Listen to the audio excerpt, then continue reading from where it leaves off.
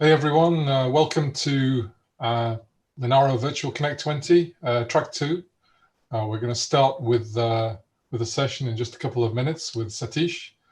So I'll just set up so we can get Satish's slides shared over to you.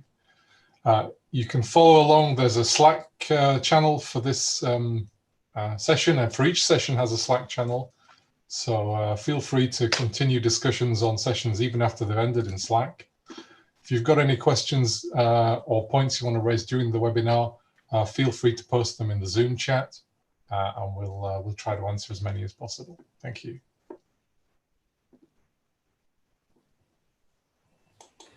Hi, Bill. Can you hear me? Hey, Satish. Yes, I hear you loud and clear. So I stopped sharing my slides, so you should be able to share yours. Yeah, we have 3 more minutes, right? Let me check once. 3 more minutes, I yes. can share the screen and all, right?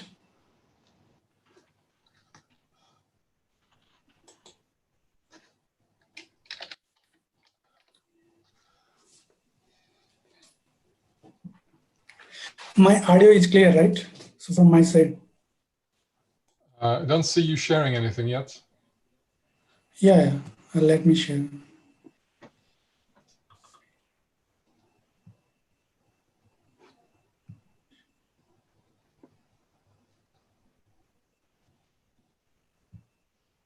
Okay. Yeah, it's coming. That's great. Okay, a couple more minutes and then we start. Yeah, fine. I'm audible, right? Completely? Sorry? I'm audible, right? My voice is clear, right? Sound is fine. Thank you. Yeah, okay. Thank you.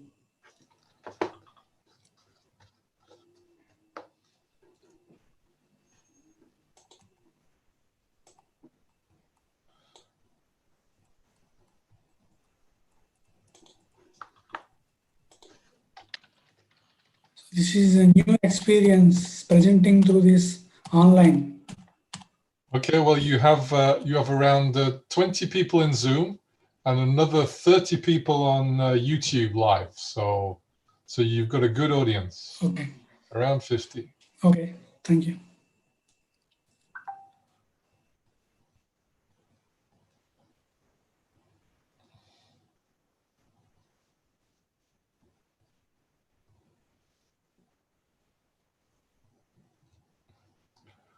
Okay, so this session finishes at 12:10 UTC.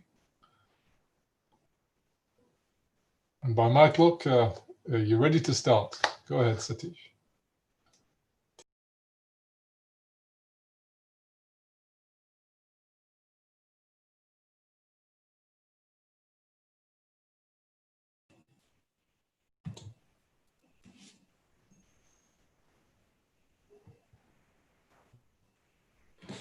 Hi all. Good afternoon. This is Satish. Today I'm going to present one of the session with respect to the Linux kernel, part of the interrupt subsystem in ARM boards using Xilinx Jink board. So this is basically we are trying to capture the one of the platform device module, which is called interrupt subsystem. Earlier, we have discussed about the SMP subsystem in the ARM with respect to the G board, I think in the last year. So I tried to capture now today the interrupt subsystem. So part of that, I'm just trying to capture a lot of slides. Part of that index part, I've added basics of interrupt handling, the interrupt call flow in ARM Linux systems, interrupt subsystem in Linux kernel, IRQ domain map in Linux, and the ISR execution in ARM cores, and part of the summary and Bibol. So let's start from the interrupt handling in any embedded system or a basic device, how it works. So from a system point of view, any peripheral device or any IO device takes one interrupt line on the system bus to start the interrupt sequence. So once the CPU is ready to handle and it's ready to acknowledge that signal on the bus, then yes, once that interrupt vector number is ready, then we can the CPU, I mean, like, just removes the interrupt vector from the bus and saves it temporarily, and CPU pushes the program counter and PSW on the stack. So this is all the basic one that everyone knows. Now once we are coming to the actual one, anyway, I have added one more slide for the basics of interrupt handling, which are of maskable, non-maskable, edge triggered interrupts, level triggered interrupts, and the mostly what we are going to is shared peripheral, private peripheral, and the software generated interrupts. The last three we mostly see in our ARM architecture, right? So because when we see that shared peripheral interrupts with respect to the device tree, we can check out from the TRM whatever the number we are providing. That is a kind of plus 32 number it will come. Like whatever the actual IRQ plus 32 will be added to the SPA, and the private peripheral will be added as it is, right? So that's the difference that we can see between the shared peripheral and the private peripheral, and the software generated interrupt is the one that which is actually coming from the other side. So now, actually we are starting the actual interrupt call flow in the ARM Linux systems. So I've given a diagram where I try to capture how the actual flow will start from the independent kernel to the dependent kernel or the platform dependent kernel towards the ARM CPU core. So I have mentioned like one external device, any external device which is going to request an IRQ with the help of device underscore request IRQ or request thread IRQ, whatever. I mean, today request IRQ will be internally calling request thread IRQ. That will be going towards the hardware IRQ chip. We can say, in this presentation, I'm taking the example of Zynq IRQ controller, but anyway, we can take any hardware IRQ. It can be used by LPC 2138 board, or some people uses regular GAC only as an IRQ controller, and part of that. So this request IRQ will be going through our Linux IRQ subsystem. From that IRQ subsystem, it will go to the Linux IRQ domain mapping. From there, it will enter into the IRQ controller. So that is the hardware IRQ controller that having a lot of pins actually. There's P0 to P7 pins. There is a muxing of the pins will be presented. One of the pin from the exact device. So that device will be enable the pin, either it is P0 or to the P7, whatever the pin. So correspondingly, the interrupt generated by the IRQ controller, the same interrupt pin will be propagated to the SOC. Part of that SOC, we are entering into the corresponding GPIO port, which will be connected to my interrupt controller. So because the GAC is connected to our ARM core, right? Because if we see that ARM core, we can see that there are 2 or 4 cores, whatever the number of cores. Below that, we have an MMU and one GAC. So this GPIO IRQ will be loaded, will be connected to the GAC, which is of our generic interrupt controller, which is holding the vector table actually, and that vector table holds the vector addresses, which internally takes of actual IRQ handler. So the same thing we will try to capture each part of this diagram, what exactly this device and request IRQ contains, and what this IRQ chip contains, and the internally the how the GPIO 5 IRQ or whatever, it can be GPIO 4, whichever the GPIO port used. And in between, of course, the actual interrupt mechanism from the GIC, and in between there is in the IRQ subsystem, how the Linux IRQ subsystem, the actual function calls it maintains, and the domain mapping.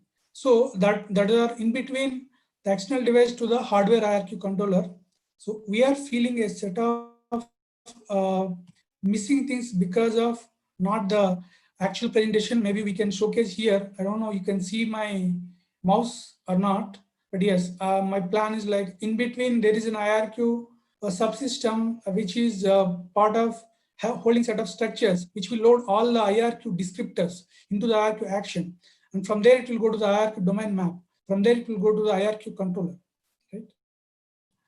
So now from the interrupt call flow, the same one continuing from the platform dependent kernel, external device, that means IO device changes the level on the P5 pin, making the Jink IRQ controller to generate the interrupt. Interrupt from the Jink IRQ is connected to the GPIO5 IP core inside of SOC, and it uses line 30 of the GPIO5 module to modify the CPU for the interrupt.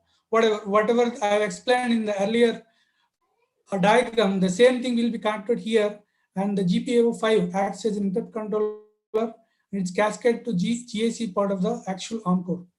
Now we can see that actually how it is generating from the SOC to the IRQ controller. If you see that this is the input, so this input can be either P0 pin or it can be P7 pin. So there are set of inputs. Each IRQ device will be connected to one of these inputs.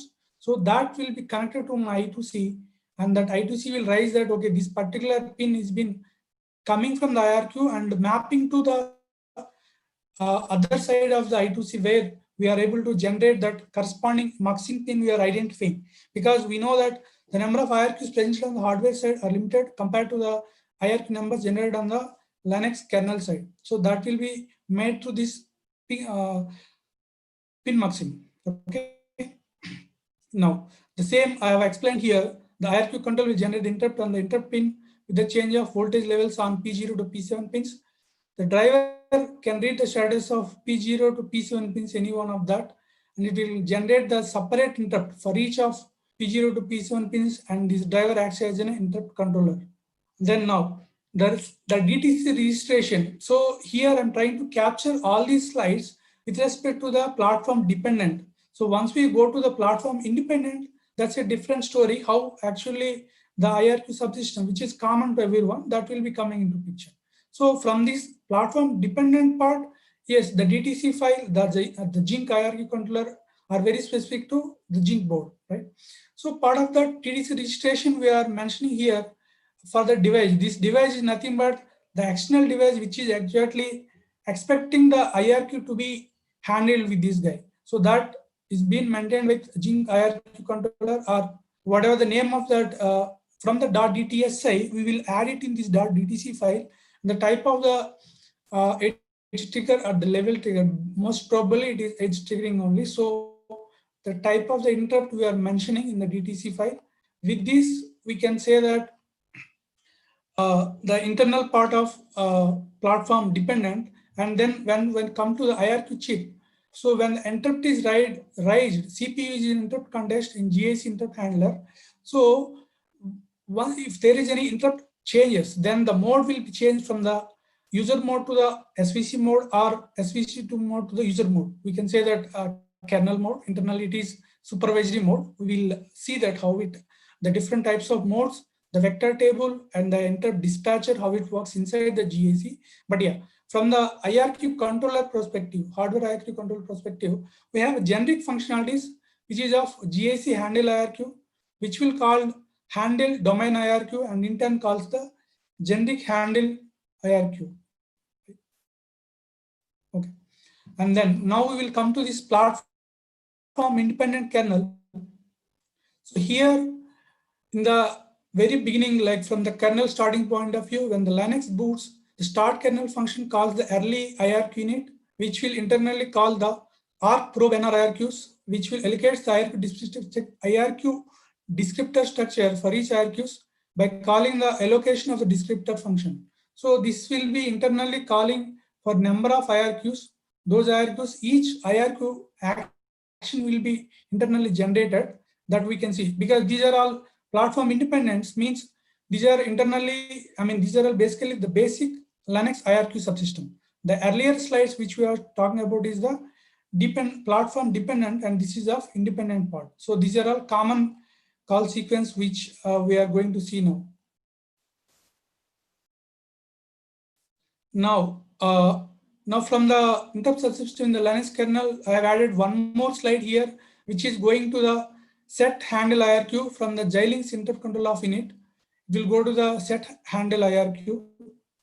And if we are coming to here, we can see that init main.c, which is part of the first kernel. From the start kernel, it will go to the setup architecture, which is part of arc-armmu.c. From there, it will go to the paging init function. And from the paging init, it will go to the device maps init. From there, it will go to the early trap init. Okay. So this is the basic call structure out there from the platform independent kernel. And now let's come to this, the actual structures being provided out there. The IRQ descriptor, the IRQ chip, and the IRQ action. So I just captured that structures, because these three are the main structures used in the IRQ subsystem. Of course, there are other lot of structures which I have not added here, but yes, there are the minimum, the important structures are these three, which will maintain the IRQ descriptor, records an array of IRQ descriptors, and it will be calling IRQ chip and the IRQ action.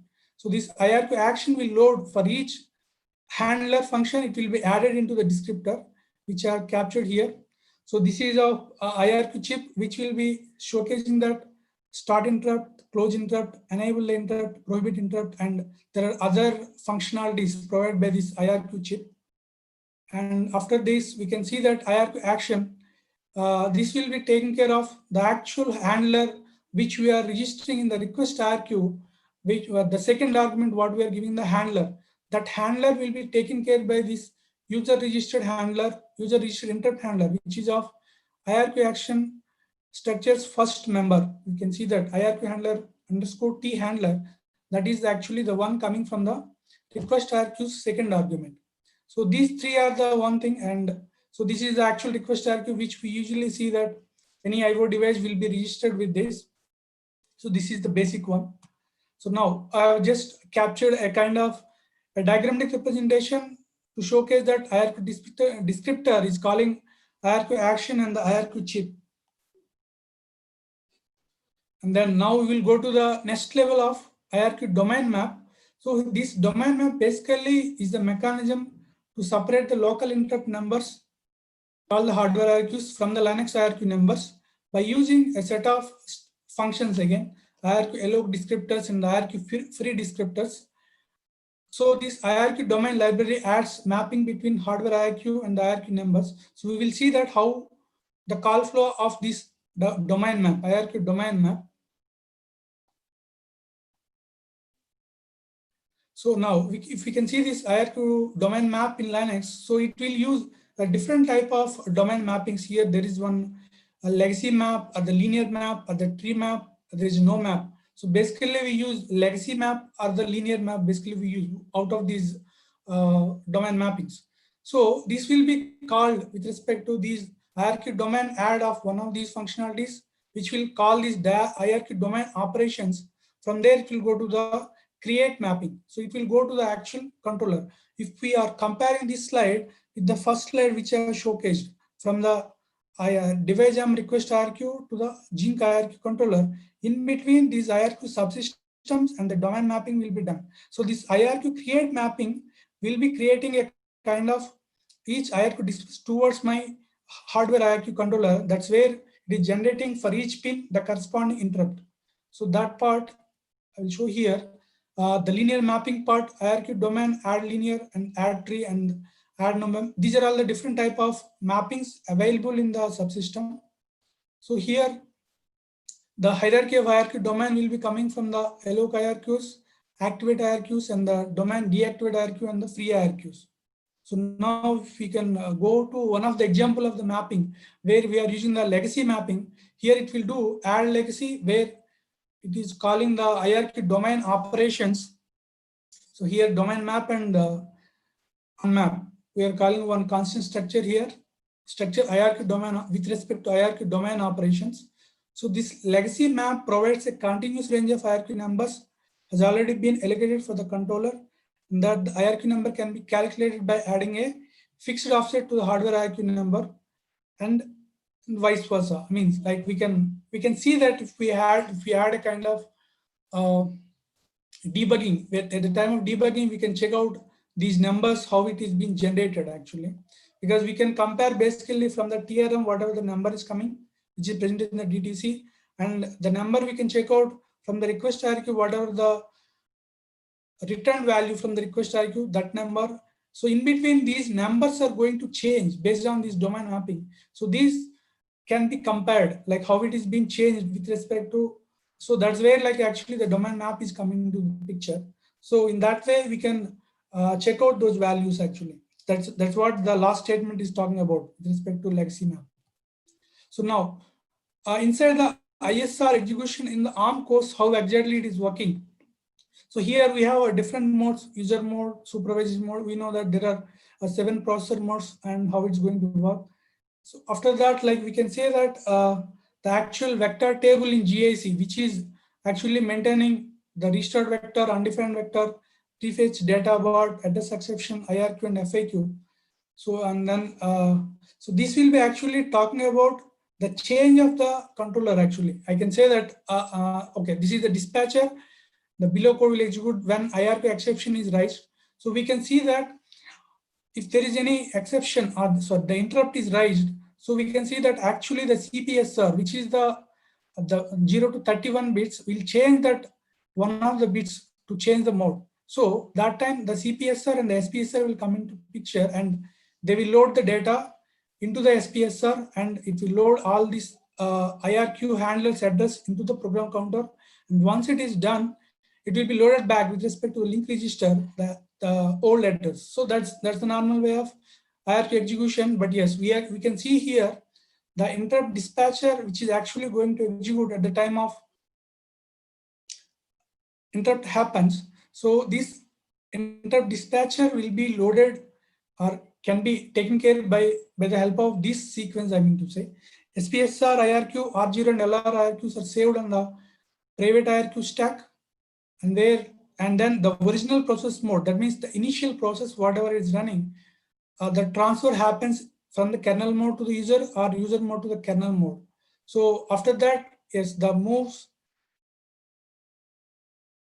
and then moves PC compiler, which loads SPSR IRQ into CPSR and puts LR into PC. So this is the one that at the end of the sequence it will be loaded, because the LR holds the return value, that will be loaded into the PC to continue with the actual execution, right? So now this is the actual IRQ handler. We can see that the stack pointer will be loaded with the R0, and we know this bad address. This is a kind of the recently changed assembler code. Actually, it is earlier, I think, sysbv. So that bad address, the BADR is the recent assembler. But yeah, this is the macro IRQ handler we are using here, part of this assembly code. So now coming to the summary of this. So ISR execution starting from the request IRQ. Request IRQ generated from the IO device goes to the Linux IRQ subsystem, which is holding IRQ descriptor, IRQ action, and IRQ chip. So I have highlighted whatever that request IRQ to the IRQ subsystem to the IRQ domain map, and from there to it is going to the IRQ chip controller. From there it goes to the GPIO ports of SOC, and then it is actually mapped to our generic interrupt controller part of the ARM core. So now so this is the actual execution. So I have captured the things which are in a minimal way, but actually if we are seeing it, there are a lot of functions coming from the IRQ chip. I mean, the hardware IRQ controller. It can be Zynq or some other platform vendors controller being used. Like, Marvel uses the AMDA controllers. I mean, the kind of Max 7325 and all. So there are a lot of controls available in the IRQ if you check the Linux kernel code. So the thing is, I just want to capture that in a minimal way, which is gives the complete view. But yes, on a layout, we can try to understand from the platform independent to the lowest level. So it will be capturing all the areas. But yeah, to the whatever the things that it is possible, I try to capture in that minimal way, right? And coming to this, whatever the things is, I've just followed this professional Linux kernel architecture, which is of the basic book kind of it handles all the chapters part of the Linux kernel, and then generic hierarchy handling and kernel hierarchy domain, some set of blocks have been gone through, and the GPIO drivers, which is internally taking care of these GP drivers mapping. So that's it actually. So actually, I'm not able to. I'm trying to give as much as possible. I'm not sure how the people have been connected to this. Yeah, but I think it's a bit new for me. But yes, yeah. Thank you, Bill. That was great, Satish. Thanks, and also thank you for setting the gold standard on timekeeping. Perfect. Yeah, yeah. So, Thank you. to all attendees, feel free to post any questions that you may have for Satish in the webinar chat now, or also there is a Slack channel. You have Slack invitations from registration, and you can continue any discussions afterwards. Do we have any questions via the chat? At the moment, no. We have 4 more minutes based on our plan. Actually. Yeah.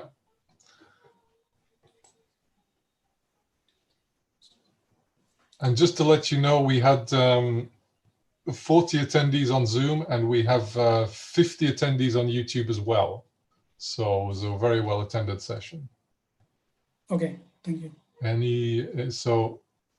Okay, so the Slack channel will be open even after this session finishes. So we have a couple more minutes in case anybody wants to type a question or say hi. Okay, I will be there in the Slack channel where I've been already communicating over there. So feel free to message anything with respect to this IRQ subsystem. So there that LVC 20-102 is the name, right? Right, Bill? In the Slack, like that's correct. Yes, LVC 20-102-chat. Yeah, so that's the name. So any questions can be presented over there so that we can keep discuss over there. Yep. Okay.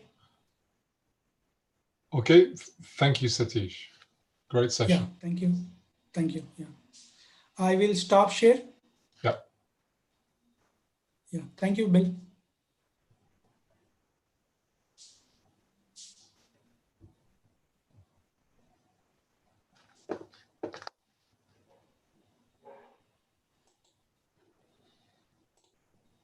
Okay, I will leave then. I think we have Satish. 2 more minutes. Yeah, we have 5 minutes before the next session. So thank you. Okay. Okay.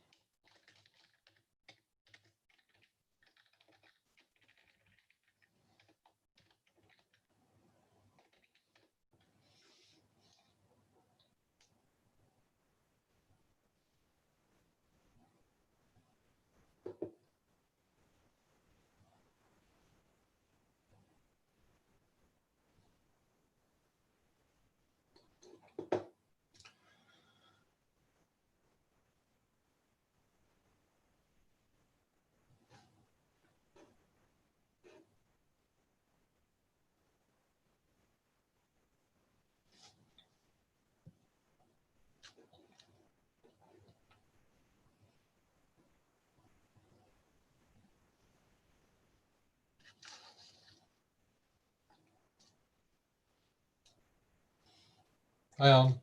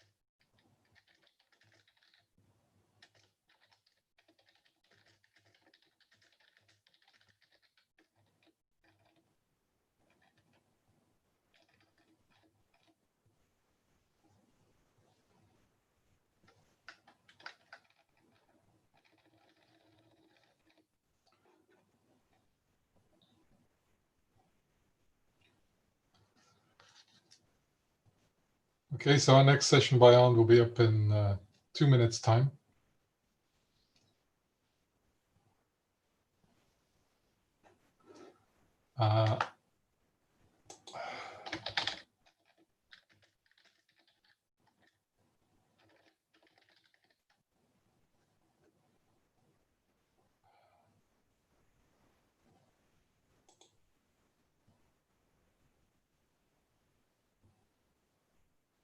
Weird.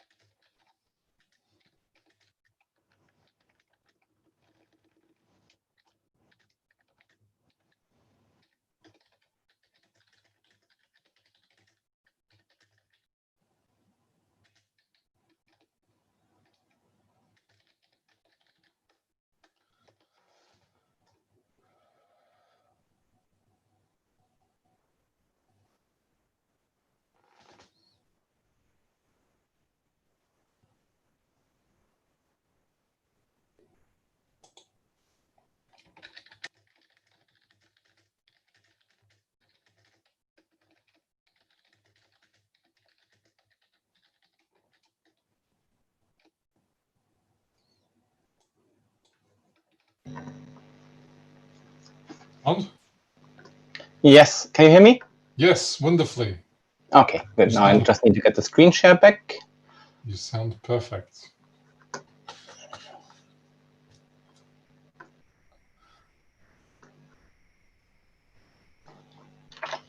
Okay, right on time, please start. Welcome to my talk on the 4 GB by 4 GB VM split. This is something that has been coming for a while, and we haven't really started working on it, but we have a plan. To explain really what we're doing here, I'm taking a big step back and just explain how monolithic kernels work in general, and then we'll go from there. So in an operating system like Linux, we have user processes that are strictly isolated from one another, and they each have their own address space and their own resources that are all virtualized. And then we have the kernel, which has everything shared. So everything the kernel does on its own is shared no matter what process you are running on. So the kernel has the same view of memory, whatever process is running, and it can see its own memory, and it can see the user's memory, but the user cannot see the kernel's memory. Hey, Arnd, we don't quite see all your slides that you're sharing. Oh. Just kind of seeing maybe half of the slide. Okay.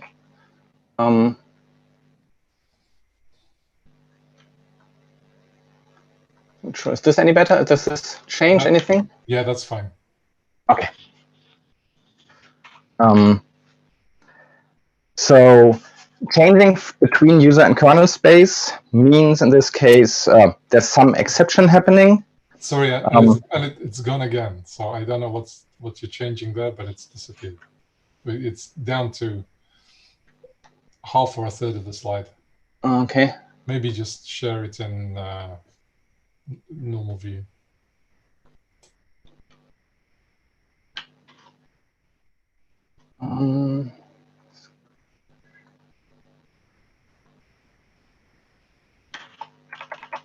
Is this any different? Yeah, that's the full slide. That's great. Right. So whenever something happens that either is triggered by the application doing something intentionally or unintentionally, or by the hardware that requires the kernel's attention, we change state from unprivileged to privileged, and then execute in memory that is only visible to the kernel. And whenever the kernel is done with it, it just returns to user space.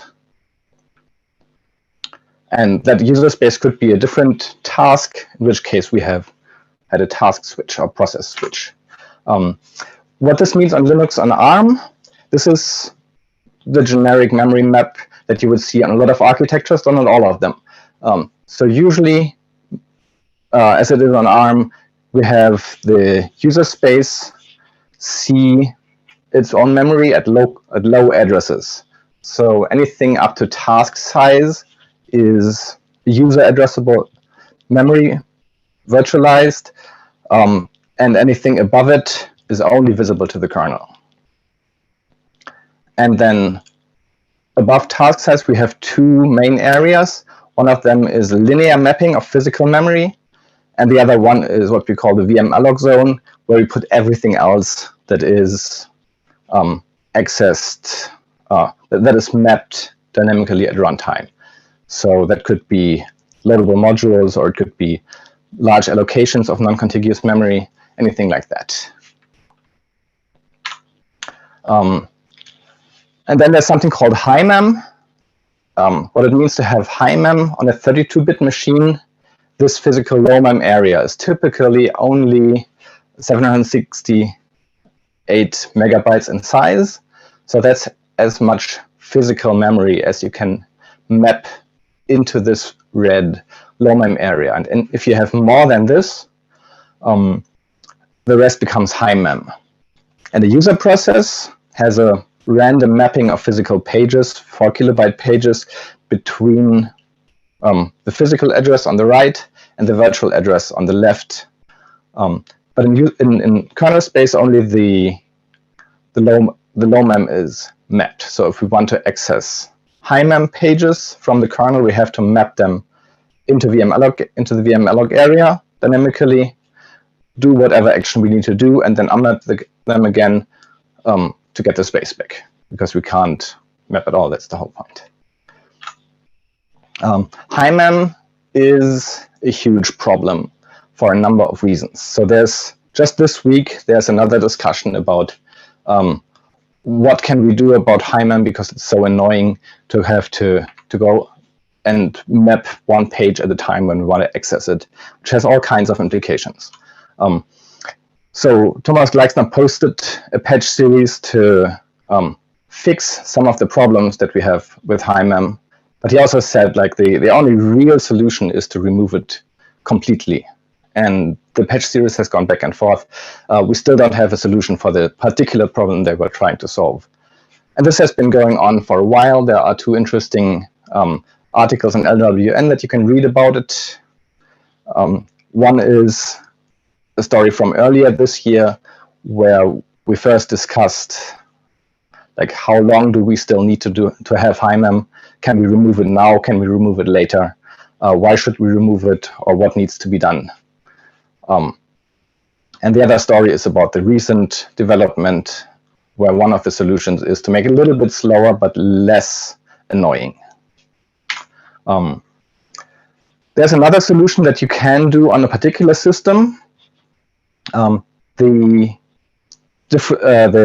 boundary between user memory and low mem is actually configurable at compile time of the kernel. So you can compile the kernel to have, let's say, 1 gigabyte of low mem instead of 768 megabytes, or you can have it in the extreme case set to 2.75 gigabytes. But that means you only have 1 gigabyte of virtual addresses for user space, and that is a huge limitation for some processes. Like a lot of applications wouldn't ever notice because they run fine within 1 gigabyte. But another LWN article that I'm citing here that you can read up on is a description of what goes wrong with the current 3 gigabyte limit. So there are already tasks that fail because they run out of virtual addresses, even if you have a lot of physical memory still available. So reducing it to less than 3 gigabytes means that more applications will run into this particular problem. Ideally, we would make it larger. And on a 64-bit kernel, you can actually use the full 4 gigabytes of address space for user space. So this is the idea that we've had for how we can solve this problem by introducing a number of others. So rather than having multiple processes at low addresses and then a little bit of physical low mem, we would have a fairly large amount of low mem and a fairly large amount of address space for user space, but only have one of them at a time, and then we switch back and forth between them. So just like we switch between user processes, we now also have to switch to the kernel. This means we can still have high mem, but in all systems that have less than 3.75 gigabytes of RAM, we wouldn't need high mem. If we do have high mem, then the low mem becomes much larger, and we would still have to map high mem pages into the VMalloc area. So how often is that the case? I took a very unscientific look at what kind of machines people actually use on 32-bit ARM. In a talk I gave at the last Connect, I talked about how many machines are actually still in use with 32-bit ARM, and it's about half of the ones that we get patches for in the ARM SOC tree. But it turns out that most of them don't actually have more than 1 gigabyte of memory. So only the ones on the right of the screen are actually affected. So these are the ones that use some amount of high mem. And everything to the left doesn't, as long as we make the VM split so that a whole gigabyte can be mapped. The 1 gigabyte case is extremely popular. The 2 gigabyte case is not quite popular because a lot of the machines with 2 gigabyte and more are already running 64-bit kernels. In that case, we don't have a problem here. And this is actually a trend that I expect to continue. Just because at 2 gigabytes, it's often cheaper to get a 64-bit system with LPDDR4 memory than have a 32-bit system with DDR3 memory and have 4 chips at the same time. So this is what I expect 32-bit systems to look like in the long run. We'll have something like a Cortex-A7. Most likely, a lot of these systems will actually use a Cortex-A7. 512 megabytes of DDR3 memory is kind of the sweet spot because that is the largest chip that is in mass production that you would use on such a system. If you get to larger memory, you need more chips. And that makes a more expensive board design. At some point, you get into the area where running 64-bit, again, is cheaper. And anything other than DDR3, so the older technologies, are already kind of obsolete because you can't save much money by using DDR1 memory instead of DDR3. The only reason you would do it is because you have picked a chip that does not have DDR3. Then you might have 64-bit hardware, in which case I would just strongly recommend to run a 64-bit kernel. As I said, with a 64-bit kernel, you don't have any of these problems. There's no high mem, and you might still want to run 32-bit user space, especially if you have less than 2 GB of RAM. It makes sense because 32-bit user space, by definition, uses less memory. It has smaller pointers, smaller long variables, and you can also use thumb2 instructions to have a smaller iCache.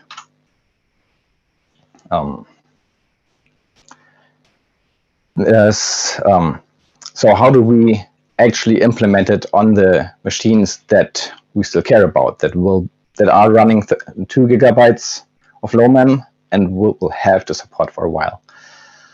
There are two different classes of machines that are still popular today. There's the classic, which is anything before ARMv7 plus the Cortex-A8, A9, and A5. And then there's the modern cores, ARMv7 VE, which is Cortex-A7, A15, A17, and a couple of others, and anything ARMv8 and higher. So as I said, 4 GB is already fairly uncommon, but there are important systems that use it, and there are even some systems with 8 GB that we will still have to support at least for another few years before the existing users move off of them. On older cores, it's exceptional to have an ARM11 with 1 GB, although that does happen. And on a Cortex-A9, 2 GB is already rare, and 4 GB is the absolute exception. Yes, there are those systems, but they are in very small numbers. So maybe you can wait for them to all fall out of use. The most important exception is the IMX6 Quad and Quad Plus that has a Cortex-A9. Does not have a modern MMU with LPAE, but some people have shipped them in the past with 4 GB. So this is the timeline that I could imagine for what we would do. We would introduce the VM split 4 gig option that I've briefly shown.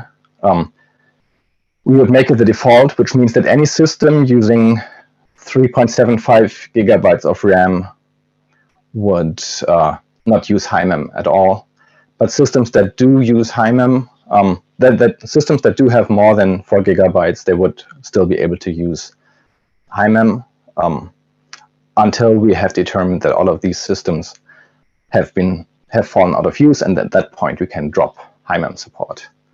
And for the older kernels, for the older hardware, I would like to add the 2 gig opt option, which means we allow exactly 2 GB of RAM to be accessed without having high mem, because currently if you have the 2 gig memory split, you get slightly under 2 GB of memory and then a little bit of high mem, which is almost as nasty as having a lot of high mem. And then equally, we would keep using high mem for some systems, but eventually drop it when we are fairly certain that the existing users do not care anymore. And in both cases, I do not expect to see any new users. So this would be the high mem system in those two cases would be for users of existing hardware. So back to the implementation. So there was actually a VM split 4 gig option for x86 some 18 years ago, when there were still large NUMA systems with something like 16 discrete CPUs on x86-32. And they could address tons of high mem. And there was a patch to make the low mem larger while still having high mem. And it was fairly expensive, and it was ugly, and that is the reason it never got merged. So the baseline is we have to be better than that to even have a chance of getting it merged. So this was shipped in Red Hat Enterprise Linux at the time, and then it completely fell out of use. With the ARMv7 with the LPAE MMU, there are a couple of tricks that we can do that help us. We have 2 page table base registers. That is, unlike x86, we can change the address spaces for high addresses and low addresses separately.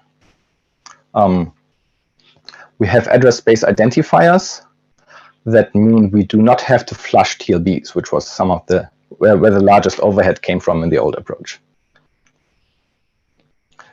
And the MMU is flexible enough that we can pick any ratio between the upper and the higher, the upper and the lower page tables within certain bounds. So the minimum size for one of the page tables is 1/4 GB of memory, and there's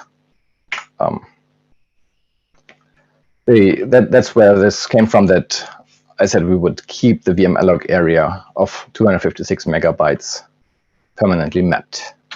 There are 2 problems with this. The first one is how we do the exception entry and exit, and the other one is how we access user space memory when we are in kernel and user space has been unmapped. So for the exception entry, at the moment the kernel runs actually in the linear mapping, and when that is going away, we cannot just jump into the kernel at the time an exception happens. And for x86, the approach was that there's a small trampoline, like just a little 1 or 2 pages at the top of the address space that hold a little trampoline. All the exceptions would end up in that trampoline, then swap the page tables, and then start executing the normal kernel. But what I think would be better for a number of reasons here is to have the VMalloc space permanently mapped. User space would still not be able to access it, just as it isn't now. But it would be there, and all the exceptions could just point in there, and we need to move the kernel into it. The kernel is around 20 megabytes typically on the 32-bit system, so that easily fits. It's maybe 10% of the available address space. We could also map the kernel stack into the same VMalloc area, which we currently don't. So this is something we have to decide at some point, and you'll see later why. We would have to reserve one address space identifier, and the address space switch just happens whenever we enter the kernel. So all the kernel code is already mapped, so we can use the existing entry code. We just reload the page table base register when entering the kernel.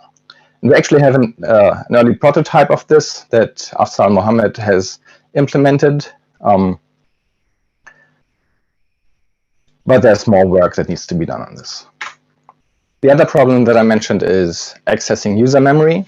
So this is something that you do whenever there's a system call that passes arguments outside of registers. So if you call the root system call, the kernel would operate on a file descriptor, get the data, and then it would call copy to user to actually copy the resulting data into the target address. At that point, you need to have access to user space memory. And all the existing code wouldn't work, so we have to rewrite it somehow. Unfortunately, none of those options that we have come up so far with are really nice, but I'll show you anyway what we have. So the first one would be what the existing x86 method does. And again, we have a prototype for this, but it turned out to be really, really slow. The idea is that we do the same thing as the hardware. We walk the page table. There's a function called getUserPages that we can use to map, to find out where in the physical memory this is. Then if it's actually a HighMem page, we map it dynamically, otherwise it's already mapped. Once that page is mapped, we just do a mem copy. It won't fault, and the data is there. Then we unmap it, and we might have to do this for one page at a time for if there's a like a large read system call or something other, then that takes a lot of data. And nobody really likes this approach, but it is actually possible to implement this in an architecture-independent way, and it's a good baseline, so we might keep this. The second one is the get user, put user functions are optimized versions of copy from user, copy to user, and they just read or write one register. So what we can do here is, since the code is already in VMLog space, it won't go away. We flip the page table, we do the access to the user pointer, and then we flip the page table back. The overhead isn't quite as bad if you're just reading one word as with the other approach. But you still have to load, you have to store that page table base register and then have a barrier. So there's a significant overhead still, especially if you want to do this for a large copy rather than just one word. So the next trick would be to do exactly the same, but do it for multiple registers. If the memory is aligned, we can just do load multiple, store multiple, and do 32 bytes at a time, which is something. Approach number 4 would be to use all the registers we have available, including the neon registers. And the neon registers give us 256 bytes, so we could do a copy of a whole page by flipping back and forth 16 times, which is still expensive, but it might just be good enough for large copies. Another approach is, rather than having mapping the user space into kernel, we just map the linear page to a different location in the VMLog area, and then do a mem copy there, which is a little bit cheaper than mapping user space, but we still have to update the page tables and flush at least one TLB locally, and we'd still have the reload of the base register. And then one more idea, if we have the VMLog stacks that I mentioned earlier, so all the per thread stack memory is also part of the VMLog area, then we can have an even larger area. We don't have to save and restore the neon registers, but we could have, for example, 1 kilobyte of stack space that we reserve for this purpose. So anytime we do a mem copy from user, we would put an array of 1 kilobyte on the kernel stack, flip the page table, and then do a mem copy between that. The disadvantage is we have to do the mem copy twice, and it's still not that much memory that we can copy at once. So for which of those 6 approaches we'll actually take, I think we'll have to probably try them out all. We'll have to see how expensive it is to flip the page tables, and then come up with a good combination of the approaches that work best depending on the particular size of the copy. There are possible other benefits besides avoiding high mem and giving more address space.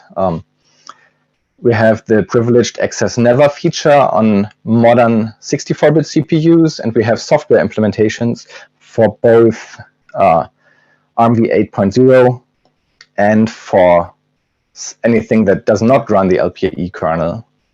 We can emulate the behavior where we prevent the kernel from accessing user space other than with the get user, put user functions.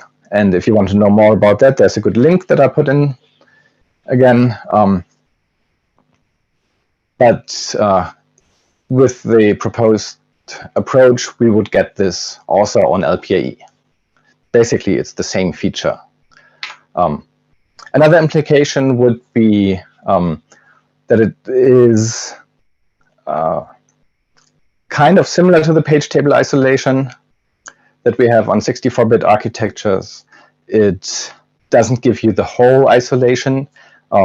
So user space, if there's a CPU with a bug that lets you bypass the page protections, like the meltdown bug did on certain CPUs. The idea is that by isolating the page tables, the kernel would just not be mapped, and you can't gain knowledge about what's going on in the kernel. With this approach, we would prevent user space from accessing the linear map, but we do not prevent it from accessing the VMalloc space. So it's like halfway there. I also looked at what we can do for other 32-bit architectures, just because the question is, how long will we need to keep HIMEM around? If we can't get rid of HIMEM ever, then this is all not that interesting. But if nobody else uses HIMEM and ARM32 is the only thing that's still interested in it, then it becomes very important to do this. It turned out that most architectures are in a similar situation, and most 32-bit architectures are actually not used as much as ARM32. So MIPS is probably the one that is most affected. There are two SoC families that people are still actively work on in the kernel that have this problem. So the Baikal T1 SoC was just merged into the MIPS kernel, and they run up to 8 gigabytes, but can only have half a gigabyte of low mem. So they certainly have this problem. They could use the same approach to get maybe up to 3 gigabytes, just because the MIPS architecture is a bit different. For the Ngenic chips, they are in some of the very cheap devices, but the ones that actually have 1 gigabyte are no longer being marketed. So these might go away around the same time as the last ARM systems that have more than 4 gigabytes. For x86, as I said, there were large NUMA systems in the past, but they are basically all gone now. And the only things that I found that would be relevant for x86 are round about 2006 to 2008 era netbooks and 32-bit laptops that have up to 3 gigabytes.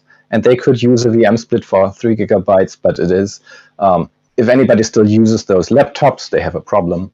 And then there's an embedded system called the Vertex 86 EX2 that can address up to 2 gigabytes of physical memory. And that is actually still being marketed today, and they come out with new versions. So they would also have a problem there. On PowerPC, most of the systems are fairly old too. The PowerBook laptops are in a similar situation to the x86 laptops. And then NXP has a couple of SoCs that are also getting old by now that can address up to 8 gigabytes of memory on a 32-bit CPU. I couldn't really find out anything about the other architectures that I've listed, but those are all the ones that use HIMEM today. And that's it from me. I see there are a couple of questions. So Art says that AH32 only has 16 Neon registers. Yes, that is true. But I think that the 256 bytes was correct, right? Is it possible to do DMA in place of memcopy is another question. If you want to do DMA, you still have to know the physical address.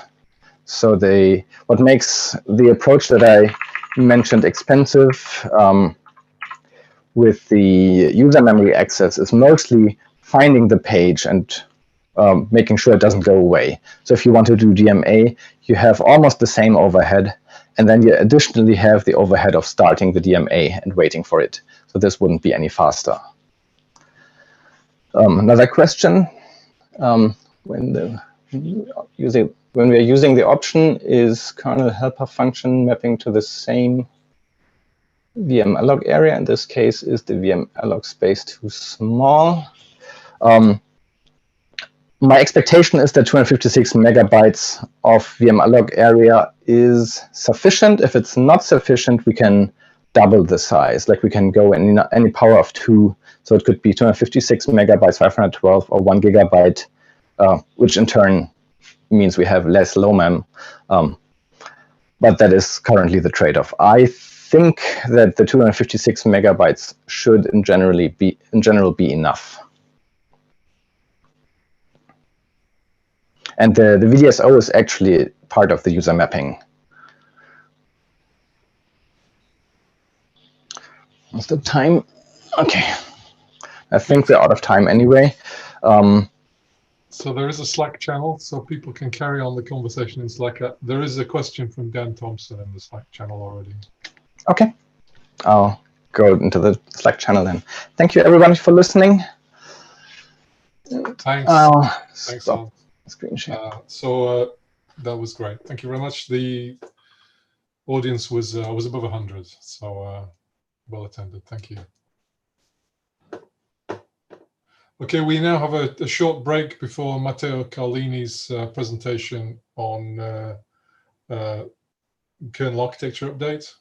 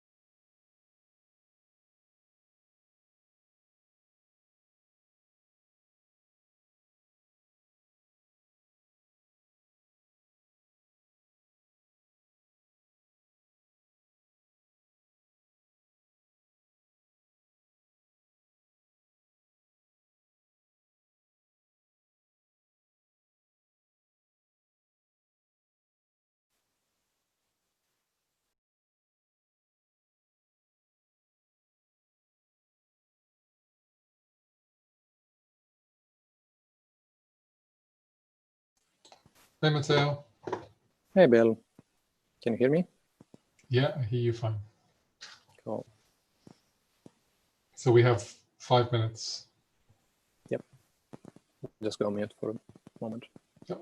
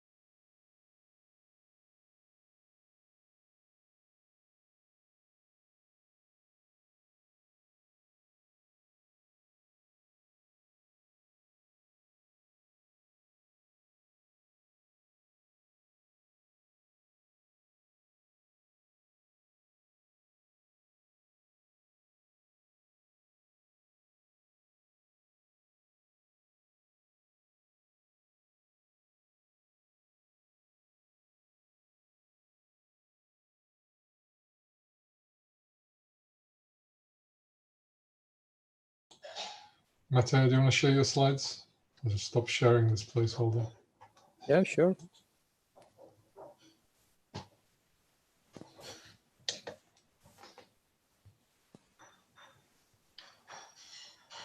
Can you see it well? Yep.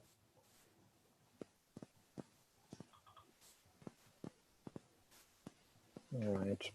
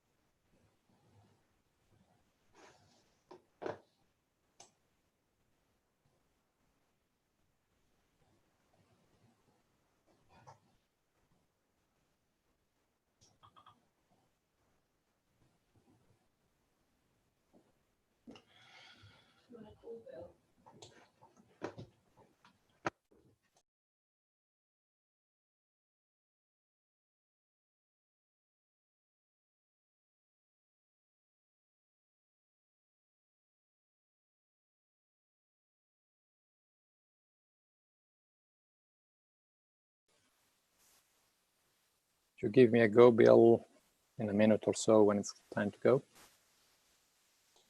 Yep. Another couple of minutes.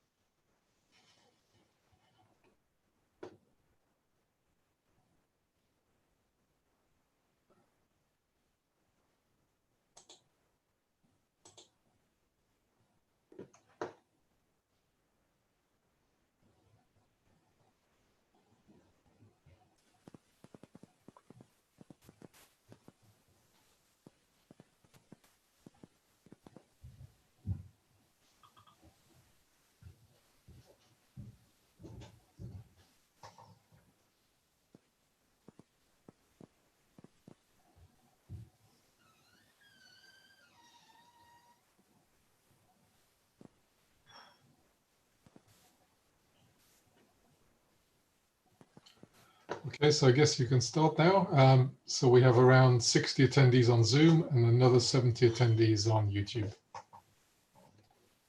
Cool. Okay, thanks, Bill. So thanks, everyone, for joining. This is the ARM64 Linux kernel architectural update. I'm Matteo Carlini. I'm a Director of Software Technology Management at ARM. I'm part of the open source software group in ARM, and I look after the ARM64 kernel roadmap, together with other firmware projects as well. So first of all, a news regarding the naming convention of the ARM architectural features. So this comes from our friends and colleagues from the architecture team. So effectively, the A-profile architecture has changed the feature names, and you can find on this page, which I linked there on developer.arm.com, a mapping between the old name and the new name. So you can see that effectively ARM is trying to move away from identifying each feature with a specific revision of the architecture, so 8.0, 8.1, and so on, and just moving to a simpler naming scheme where there is the fit underscore name. So this should hopefully also clear out some confusion around features which get added in some revisions of the architecture, but then they can be used in previous revisions of the architecture because they are optional. So we just refer to the feature name moving forward, and that should help possibly clarifying all the list of features. As a result, we also updated our specific open source software kernel page. We do have an OSS page for ARM64 Linux kernel architectural features.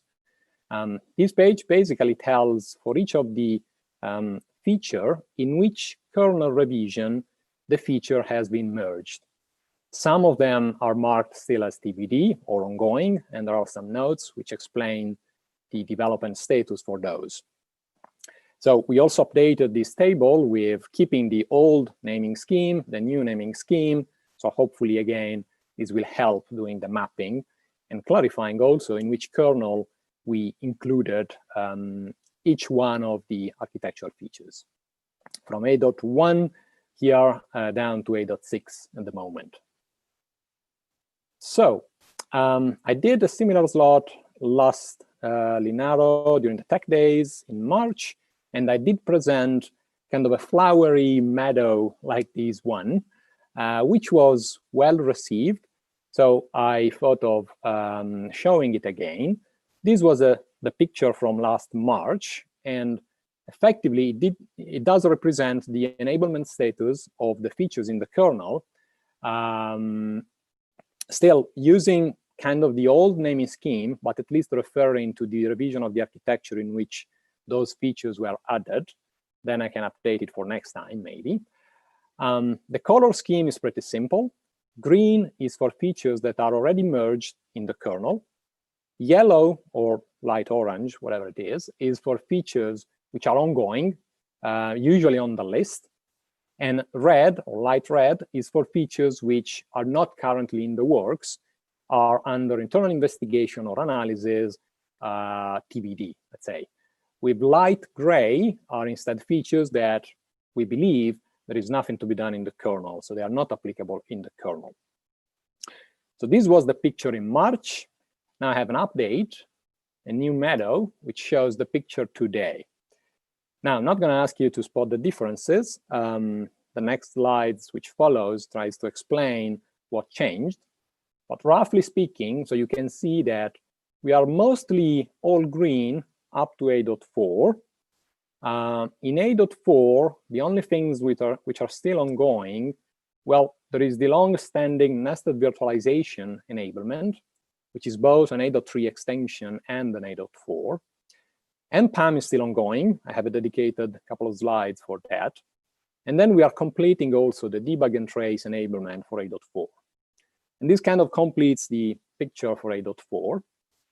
8.5 is also reasonably green. We've done all the major enablements, with the last one missing so far is memory tagging, which is again progressing quite well towards merge. I have a dedicated slide for it. What's missing? Few actually investigation activities regarding speculation barriers in the context of some specific kernel subsystems, for example, eBPF. So how those barriers can be helpful in those subsystems. And then there is an enablement on the statistical profiling extensions, SPE, which has been introduced in 8.5, but it's one of those features which can be retroactively implemented. So it's listed, it was listed as an 8.3 SPE feature. Moving on, 8.6, we've done basically half of the enablement. Now, which is the reasoning process here? So we are giving usually precedence to the features which are known to appear in upcoming ARM cores or ARM SoCs. The other features are under investigation. Some of them might appear in the kernel quite soon. Some of them might be a bit late in the process, depending again on timing and priorities of the hardware availability also for testing these features as well. The last flower here is around future architecture technologies. This is today pretty much unchanged. We enabled SV2 in user space. There are patches to enable the transactional memory extension, TME, on the list, but given that we haven't heard any specific pull from the market or the ecosystem around this feature, these are, at the moment, they are hanging there in the list, waiting for some more concrete use cases for that. So this is the picture of the enablement today, but I also have a news, kind of a forecast from tomorrow. And when I say tomorrow, I literally mean tomorrow, Wednesday, because I invite you actually to participate to this session in which my colleague Martin from the architecture team will present the 2020 architectural extensions from ARM, which again, they are labeled 8.7. I'm not going to enter into the details right now. From a kernel enablement point of view, we are just effectively investigating the new spec, the new extensions, and putting the enablement features in the backlog with the same kind of priority that I said before. So features which will come in upcoming ARM SoCs or ARM cores will be prioritized first.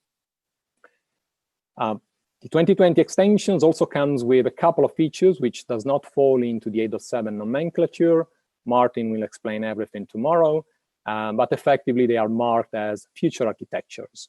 So one is CSRE, Call Stack Recorder Extension, and the other one is BRBE, Branch Record Buffer Extension. Again, please do join Martin's session tomorrow for knowing more about those. Now, quick snapshot of what happened since March 2020, last Linaro Tech Days. Back in March, I did present the updates for 5.6 kernel, so a couple of 8.5 feature, again, using the old nomenclature. I'm going to update next one, I promise. The random number generator and E0PD has been enabled in 5.6, and a bunch of the 8.6 features as well has been exposed to user space. Then here it comes 5.7.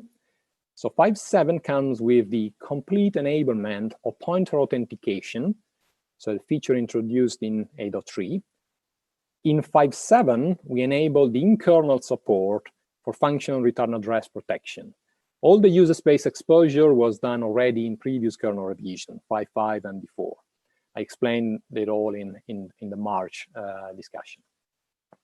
Few other features exposed here, activity monitors extensions included, PMU counters extended to 64-bit, the use at boot of the random number generator, some preparatory work for the 8.5 branch target identifier extension, BTI.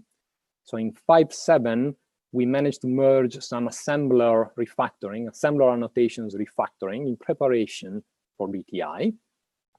And then from the community, from the KVM ARM community, there was support for the GIC 4.1 system IP, and the maintainers also decided to remove the 32-bit host support, with 32-bit guests still supported on a 64-bit KVM host machine.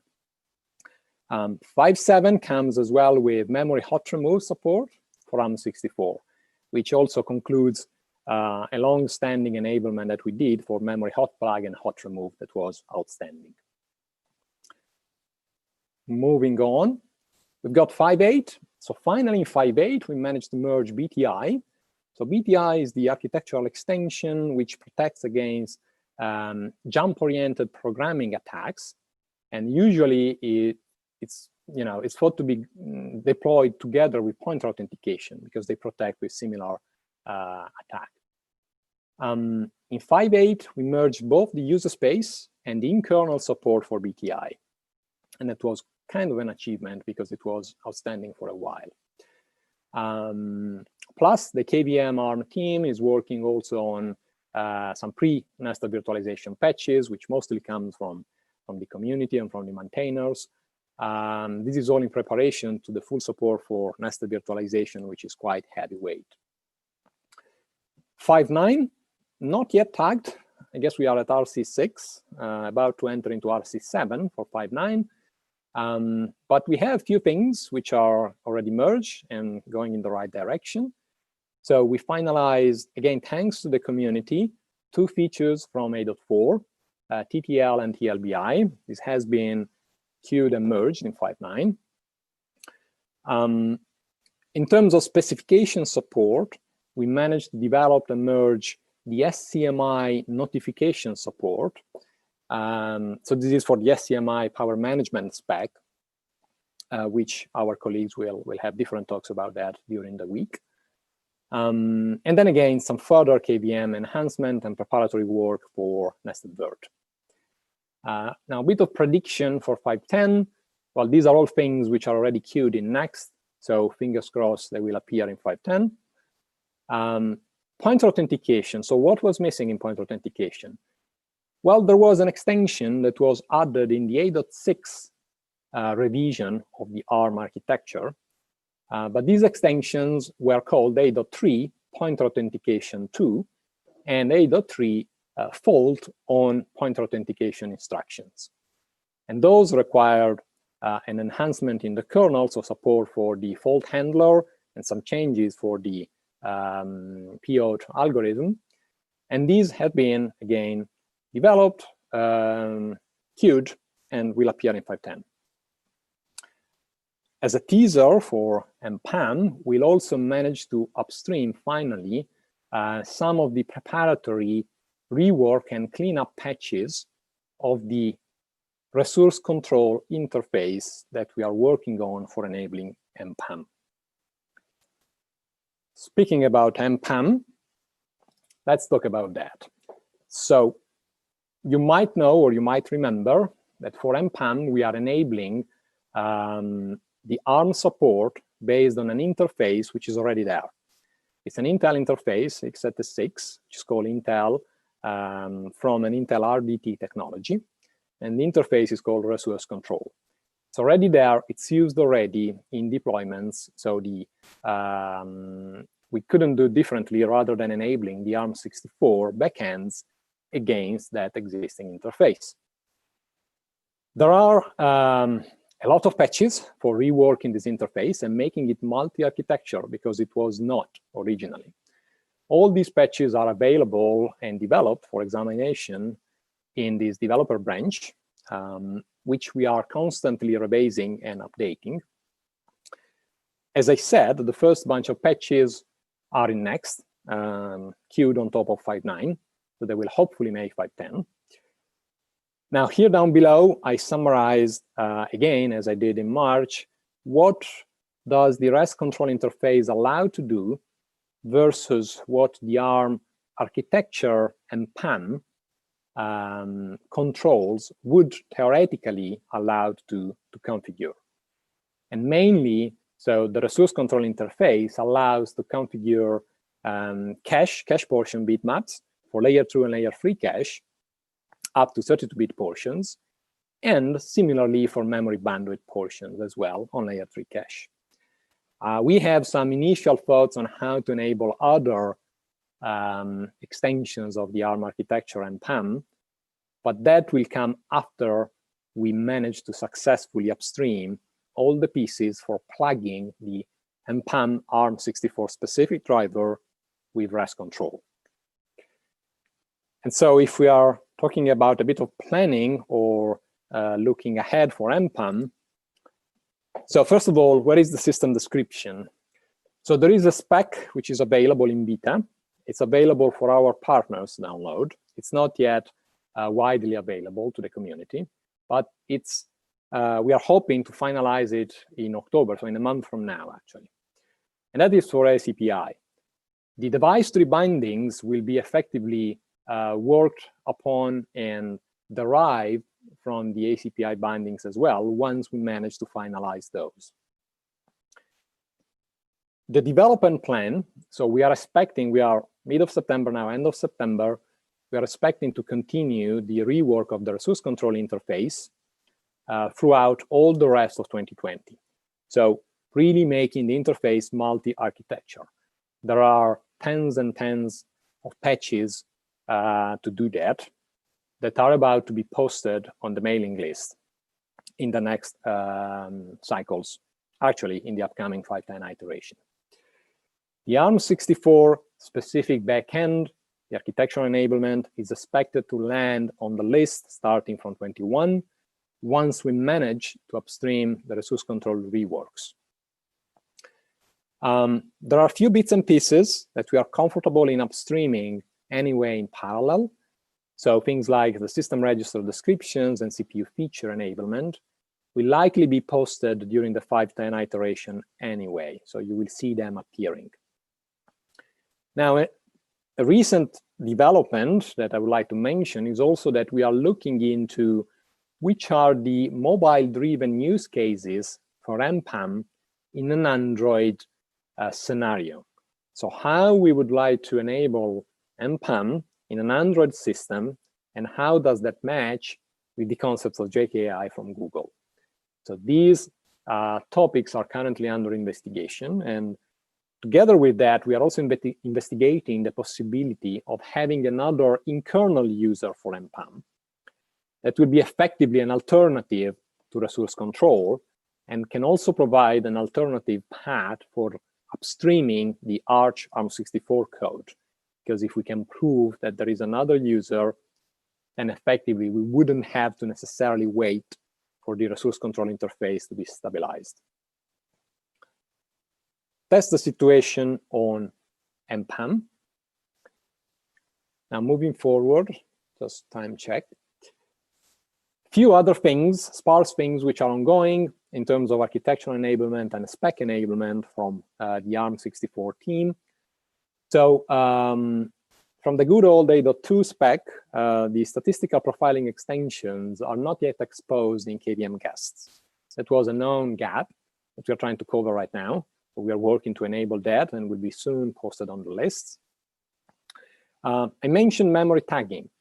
So memory tagging is progressing quite well, actually, towards merge. At the moment, we are only enabling scenarios with heap tagging, and that is what is under development for both user space exposure for Android systems, for example, or other commercial distros to pick up, and also what has been ongoing in the kernel. And in-kernel support is now co-developed with Google. There are common patches available on list between ARM and Google that tries to enable the in-kernel heap tagging support. The user space enablement, again, prediction here, take it as a crystal ball, are likely to be queued for 5.11, but as usual, no promise. We are hoping that the patches are in a good state for going in by then. We also did enable KVM guests in parallel. Why that? Well, to spot if there were any issues in enabling it in guests. The enablement is on the list, again, for heap tagging, and it's available for testing or comments. As I said last time in March 2, the stack tagging support is currently, let's say, paused. So we did an early investigation, and we know that the fine-grained stack tagging, so tagging for each function, for each stack function, which will break a single image of the kernel, and we don't want that, even though there might be some deployment scenarios which can get away with that. But from a general kernel point of view, this is not really acceptable by the maintainers. So we are kind of having the backlog an activity to think about how stack tagging could be enabled and deployed, possibly as a debug feature. Then again, that will depend on GCC, mainly GCC compiler support, which will have to be worked on as well. So that's the story for memory tagging. Now, last bullet point of the slide, debug activities and core site. I mentioned we are working to complete the 8.4 enablement for debug and trace. There is an ETM, embedded trace module 4.4 currently on list. And thanks to the community, there is also support for self-hosted trace on list as well.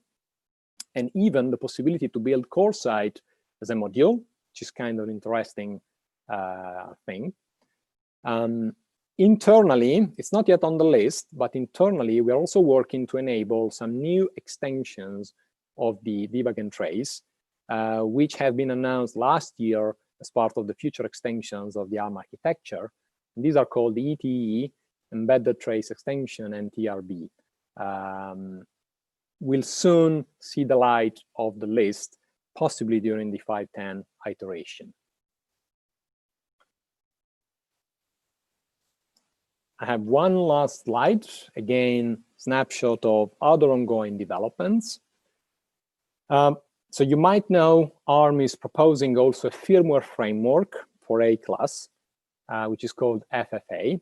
There is a public spec available at this link, and this provides effectively a defined interface for allowing VM communications or normal word to secure word invocation of services. These can be either used by a hypervisor in the normal world for allowing VM to VM communication, but also, as I said, for invoking some secure services deployed through a trusted OS in the secure world. So we are working publicly on the list to support both the scenarios, so both the users of this interface, and we are hoping to progress the driver pretty soon as well, before the end of the year. Another different spec, which has been recently published as an EAC, early availability by ARM, is the True Random Number Generator, TRNG spec. It's available at this link. It introduces support for a new SMC for standardizing the communication between kernel and firmware. So this will also imply changes in the EL3 firmware to accommodate the new SMC. And few changes also to handle the entropy source. This is currently under internal enablement, and again, we'll see the light soon. It's kind of another teaser of what's going on. In terms of SCMI, as I said, we completed most of the enablement already in the kernel. What is out at the moment is a system power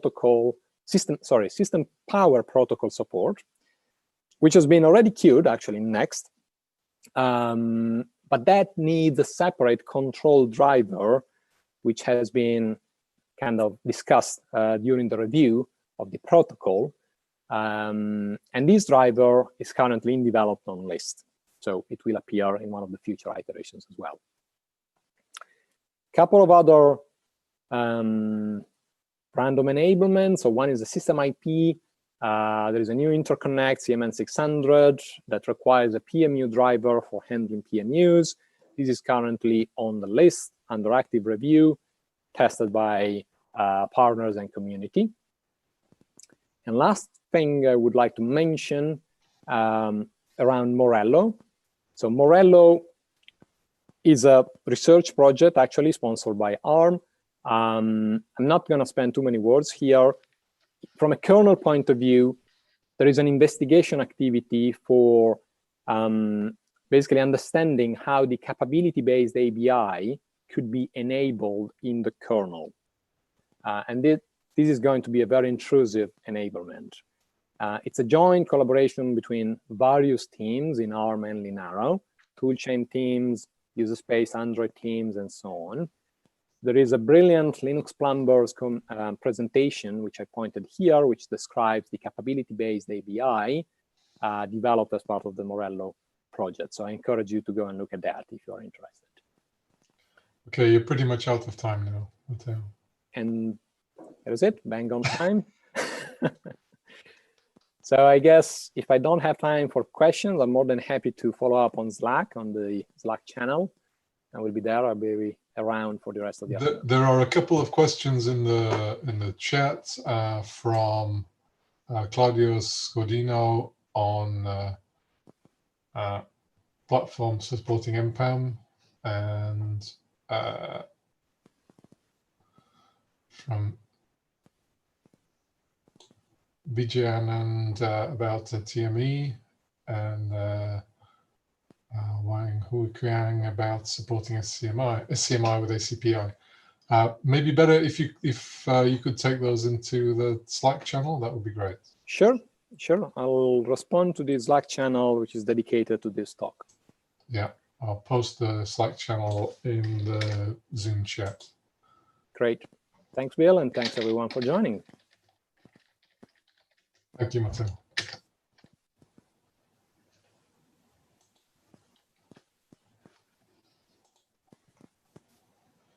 Okay, we just have a couple of minutes before Daniel's talk. Daniel, do you want to share your slides? I could put a placeholder up, but might as well have the real thing. Okay.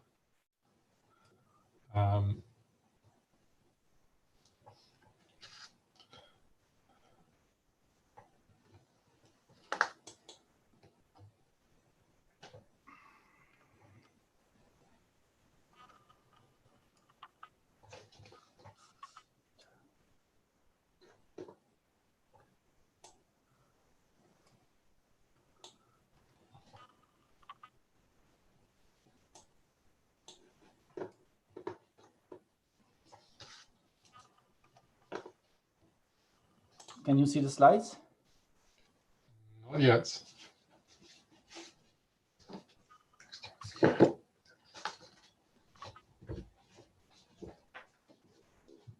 Okay. Yep. And can you hear me? I can hear you fine. Okay. Maybe a little bit louder would be good, but Louder. Okay. Oops.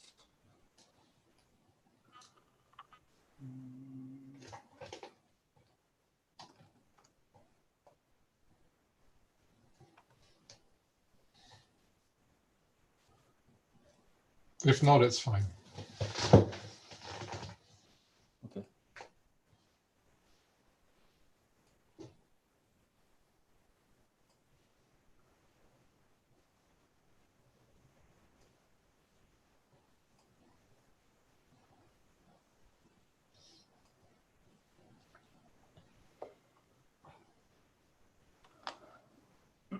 I will talk louder then.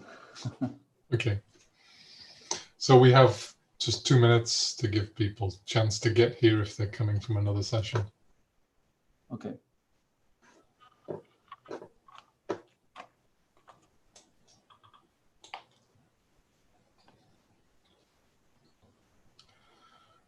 So people are watching on Zoom and on YouTube.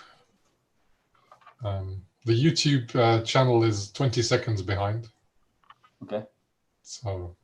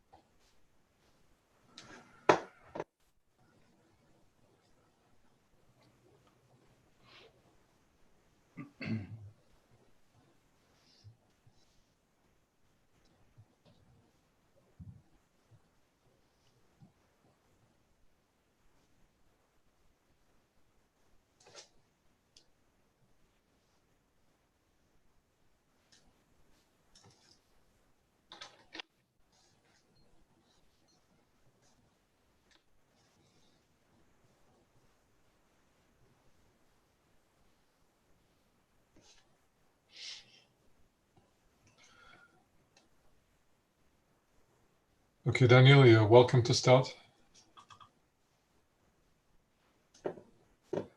Okay, thank you. So my name is Daniel Escano. I'm working for the Canal Working Group, Linaro. So this presentation is to introduce a proposal to try to comply with the skin temperature. So before going in the details of the proposal, I have to define some terms and explain what are the goals of the different frameworks.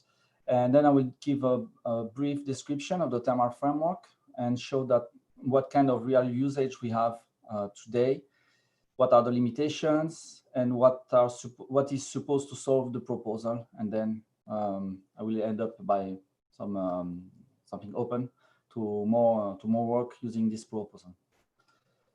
So we can see today that this figure is to show what happens with the temperature on some SOC. Especially here we have a CPU. So please consider that it's for evaluation board. So that's not depending on the form factor, the behavior might be very different. But here we can see that we have two generations between two SOC. The first one is the iKey, the second one is iKey 960. And we see for the iKey 960, which is the green figure, we have we start very compute intensive task, and we can see that temperature is raising immediately because the frequency where the hardware is able to reach are very high. And then we have this sawtooth aspect of the figure, and this is when the system is considering the is detecting the temperature is too hot, and then we begin to change the performance state of the CPU, and we see that then the temperature drops, and then as the temperature goes below the threshold, then the temperature increase again, and so on. So we have this sawtooth aspect of this figure. So that's the purpose of showing this figure, is showing that the heating effect on the SOT can be very, very fast. So we have in the terminology, we have one term. The term is the junction temperature. So we have to understand that this junction temperature is to protect the silicon. So we define a temperature. So we have different layer of protection for the thermal. We have the kernel side, then we have the firmware side, then we have the hardware side. And we prevent, of course, when we are reaching the firmware or when we are reaching the hardware, usually the critical is just shut down the system. And we don't want to do that for the system, because that we can lose information, we can break the system for any reason. So it's bad things to cut immediately the shut down the system. So we try to handle that first from the kernel side, and from that, then we have this result temperature, and the mitigation happens. Then we have the skin temperature. The skin temperature is the resulting temperature on a specific place, where it's a place where it's supposed to be in contact with your skin. So if the temperature is this temperature must not go beyond the 45 degree, more or less, because if you have something close to your on your skin with a temperature of beyond 50 degree, more than 30 minutes, it results in a first degree burn. So for this reason, there is a form factor, and there is a dissipation. There is the hardware is allowing to dissipate the temperature on the SOC, and that allows to have this skin temperature, even if we have more heating source on the phone, which are much higher than 45. So do we just skip the thermal design power, because it does not have interest here? So of course, the SOC during the last years, the SOC increased a lot in terms of density on the component. With the component we have on the board, we have more and more components. The intensity is increasing of this component, and of course the source of heat are also increasing. And we can find now NPU, we can find a lot of CPUs. They are going faster and faster. The memory also is going very fast.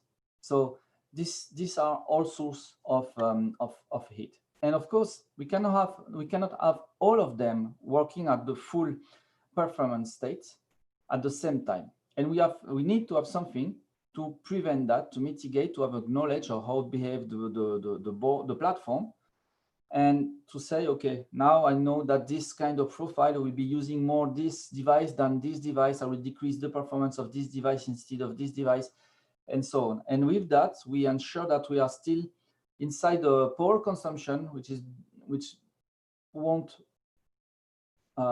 increase the temperature increase the temperature, reaching going up beyond this skin temperature. So we end up with some challenging use cases. For example, when you use virtual reality, if you reach the point where you don't mitigate, you don't ensure the skin temperature, you don't make sure that you are not distributing the power, the dissipation of the power of the different devices by capping the performance of some devices instead of other, you can reach a point where, for example, it is the thermal framework which is taking control of the mitigation. And it is not taking care of the user experience. It's just trying to save the silicon. So you will cap the performances a lot. It can result in frame dropping. And if you are using virtual reality glasses, then you can feel dizziness. For example, for the gaming, you might have the CPU, because the CPU is the CPU OPP is set by the scheduler, and the scheduler is detecting you are above a certain threshold, then it will increase the OPP. But actually, you don't need to have this OPP, because you can meet the deadline for the computation. And by but using this OPP, actually, you reach a high temperature, and you propagate also the temperature, the heat to the GPU, and it can result also in a mitigation for nothing. So we have different examples here where if you don't manage correctly the performances of the different devices, you end up by having mitigation, and mitigation means performance drop a lot. I will show that right after. So this is a quick overview of the thermal framework. So actually, it's not very the figure. I should have put the thermal zone figure at the center. The thermal zone is the software component which is aggregating the governor, the sensor, and the cooling devices. The thermal zone are always, basically, I don't want to talk about some specific cases where we have two thermal zones covered by one single cooling device, but usually what we have is a one-to-one relationship. So when you have a sensor, temperature sensor, you can have up to 20, 25 sensors on the SOC. Each sensor is represented by a thermal zone. This thermal zone contains a set of temperature threshold, and when the temperature is going above this threshold, then the governor takes place and choose an action to do. Increase the cooling effect, so it will act on the cooling device, asking for more cooling effect, or it will detect that the temperature is decreasing, the trend is decreasing, then it will ask the cooling device to reduce the cooling effect. There is no communication between the different thermal zones. There is no communication between the different governors. There are not communication between the different cooling devices. They are not aware what's happening on the different places. That means if you have one device heating a lot close to another sensor, and even if the device of the second sensor is not in use, then the heat propagated by the first device can trigger mitigation on the second one. So there is no communication at all. That's the reason why we need something smarter. Then for the cooling device, we have two categories of cooling devices. We have the active cooling device. So these are cooling devices which need energy to cool down, like a fan, for example. And you have the passive cooling devices where we reduce the power consumption. So we don't need energy to cool down. And for that, we have the GPU using def rec and CPU using CPU rec. So we reduce the OPP. When we have a too high OPP, we reduce the OPP. And then we have a specific case also for a CPU in case the CPU rec cannot work, or if the CPU is not DVFS capable, then we can mitigate also with the idle injection by forcing the CPU to do nothing during some amount of time. And that allows the CPU to cool down during this moment. So here we have a figure. The first figure on the top is showing the temperature and the duration of the run. So we run the same compute intensive task we had previously. And the governor for the CPUFREC is user space. That means we set the OPP, we change manually the OPP. We do a run, and we set at the lowest OPP. Then when it finishes, we set the second OPP, we run again, etc., until we reach the last one. And we can see that the first one is taking a long time, but the temperature is not increasing a lot. While the more we are increasing the frequency, the more the temperature is increasing. And also, the faster is the duration of the computation. But when we reach the last one, the highest OPP, we can see that the duration of the run is as long as the lowest OPP. Why? Because the system, the CPU in this case, is eating so much that it triggers a lot of transition to reduce the power. And in the figure below, what we can see, these are the transition. So we see that the cooling state, so that means we reach at the end, we are doing so many transitions that we don't see the lines. We see just a green square there, a green rectangle. And the cooling state means we are between 2 or 3 OPP below the highest. So here we drop a lot the performances. We are very high in frequency for nothing, and we are losing all the performances in this case. So it would have made more sense to run the same test, the same application, 2 OPP below, and the result would have been better.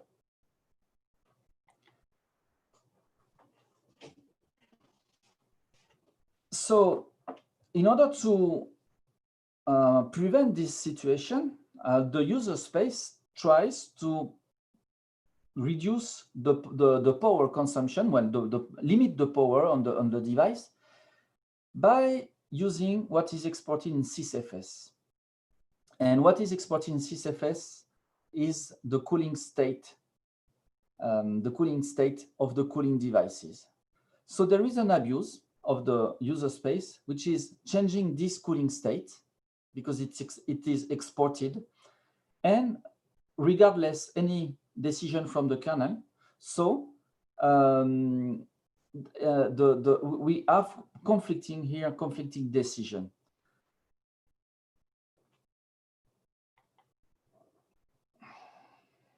I will just, yeah. So the user space daemon will set some opaque state for these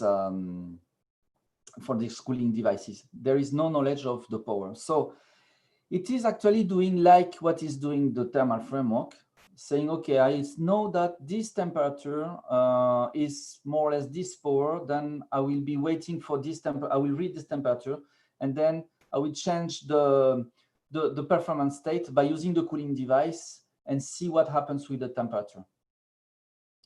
So there is opaque values, which are the cooling device state, and they are very platform dependent because some cooling devices, I saw that some cooling devices have up to 1,000 states, like brightness screen. They put that as a cooling device, so they can act on the power of the devices. So the proposal is to separate clearly by goal what is supposed to do the thermal management, the thermal framework, and what is doing what we are doing when we are doing power limitation. So we say, okay, the kernel-based logic will be handling and protect the silicon by managing the thermal junction, okay? And that will be up to the thermal framework to do that. And the user space will use another interface, which is the PowerCap framework, to set the power on the different devices in order to achieve this skin temperature. So we have two different frameworks and separated by the main goal they have to achieve.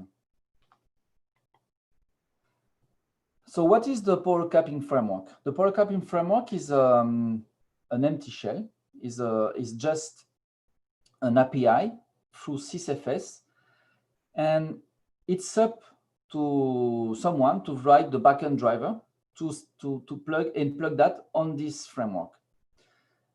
So today we have just one backend driver, which is the RAPL register. The RAPL register is a register to do energy limitation, and also it's also energy counter. And by essence, because the power cap is a sysfs directory, we can create the tree of directories. And each directory, which is representing one device, has a set of files where we can read the power consumption, write the power limitation, and set some other options. And because we have this hierarchy, we can rely on that to create the hierarchical constraint on this tree.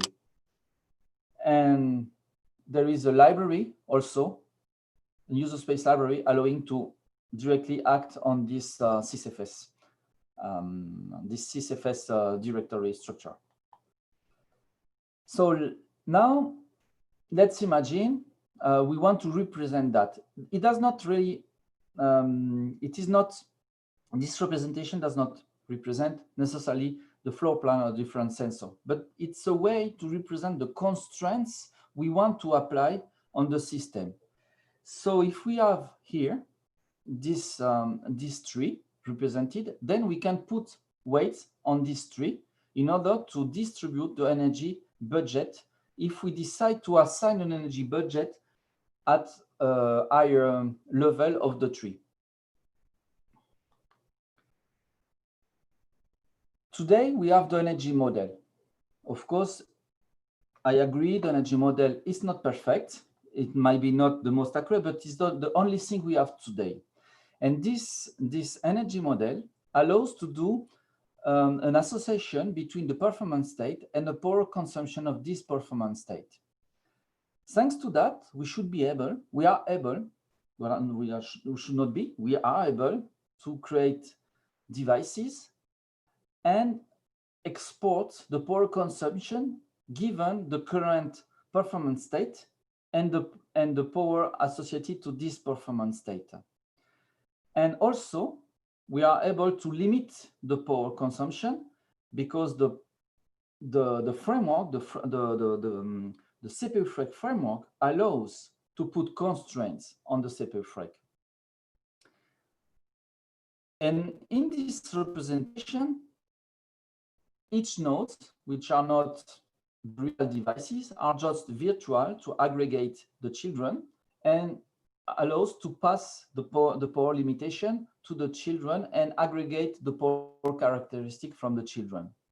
Thanks to that, the user space doesn't have to act on the power here and there to change the power of the different devices and hack the kernel. They have available one single interface. So if we take an example here for power distribution, let's imagine we have here the weights. We compute the weight given the maximum weight of the maximum power consumer by the big CPU. We have this weight, and the sum of this weight is 1024, which is usually what we do in the kernel to compute percentages. And we decide to set a power limit, for example, to 2,800 milliwatts to that. With the weight, we distribute this power to the different children on the tree. And we have a static limit in milliwatts for those devices. Then we can read what we are actually consuming.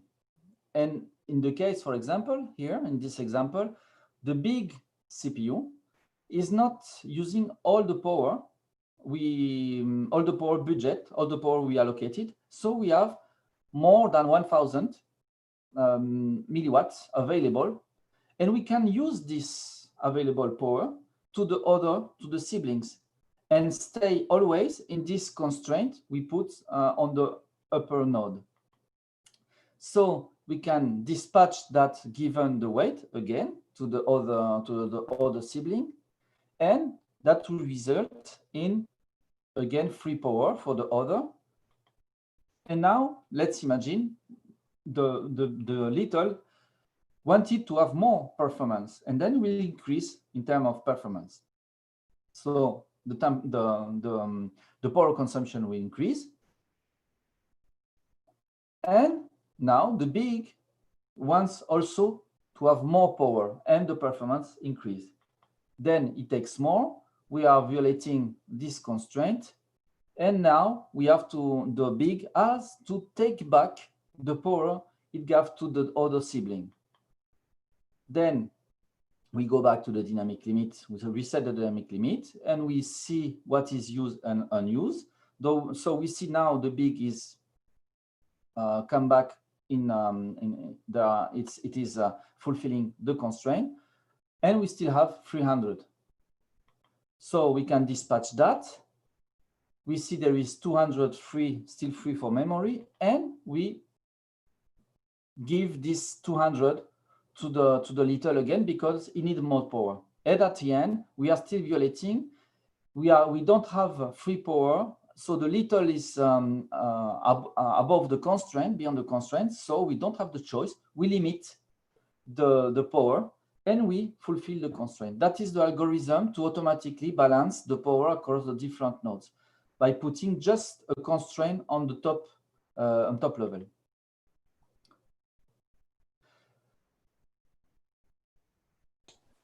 Okay, you're almost at the end of the time. Yeah, so I will go to the conclusion directly. Yes, for reference, there is a status of the current ongoing work.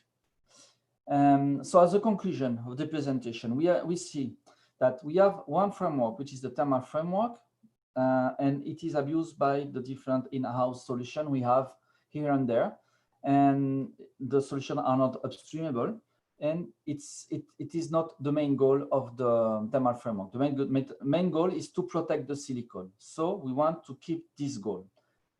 But we see that the different SOC are getting more and more complex, and we have to manage the power, the heating effect of all these devices as a whole, in order to ensure that we keep this skin temperature.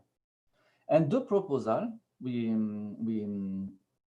our proposal is to create a power cap framework based on the energy model, but it can be extended to more things like the SCMI, in order to model the constraints we want to apply to the different devices.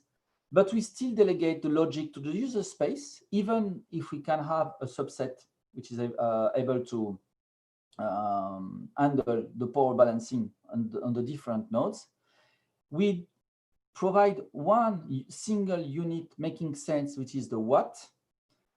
And I just skip this section, but the power cap framework allows to create any number of constraints we want. So this solution is extendable, and we can change the semantic of the constraint, like setting, for example, giving some room for the power violation, so before capping, so that we allow some peak load and without doing the limitation. Okay, so that was short. I finish. Thank you. I'm available on the channel if you want to ask any question. Thank you very much. Thanks, Daniel. So we have a little bit of time because there's a gap before the next presentation. So if people want to raise questions in the Zoom chat or move over to Slack, both is possible.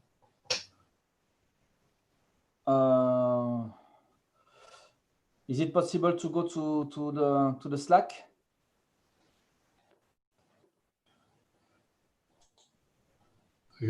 I guess, well, there are a few people in Slack already, 8, but I posted the the name of the channel in the Zoom chat. Okay.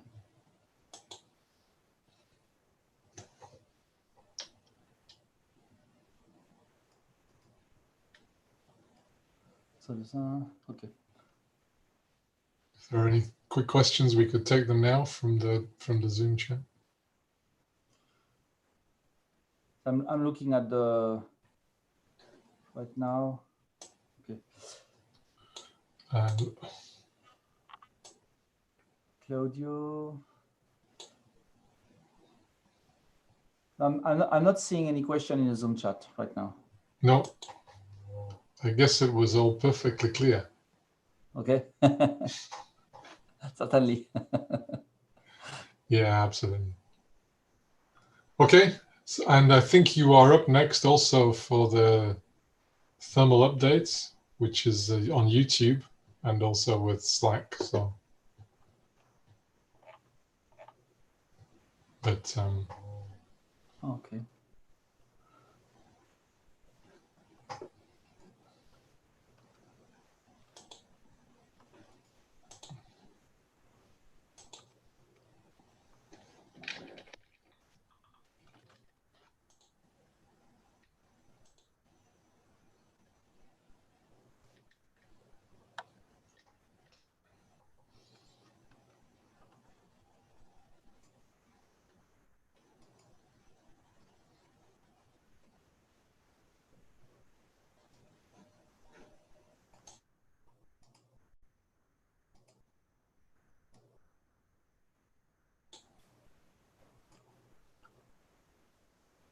okay, thanks, Daniel. I guess we can leave it there.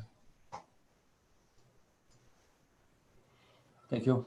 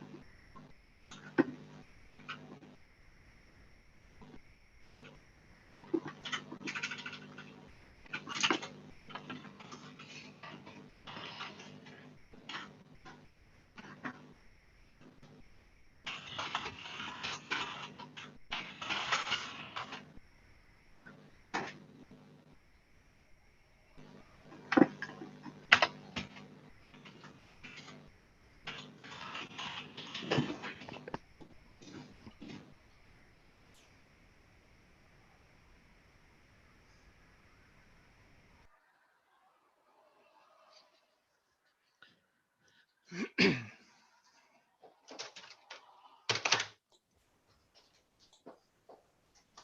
Vincent. Hello, Bill. Can you hear me? Yeah, I can hear you. Okay, good. So let me share my Maybe you're a little quiet, but okay. Oh.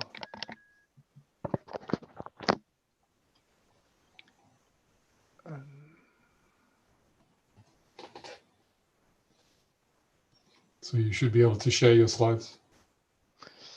Yeah, I'm just checking. Oh, it's there. Share.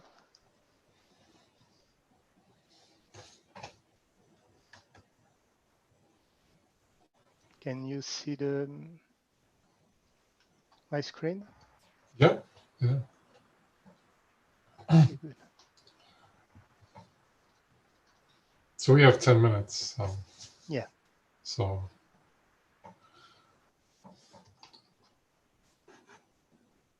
So Etienne, I can see that Etienne is there as well. yeah. Yeah, hello. Hello, Etienne.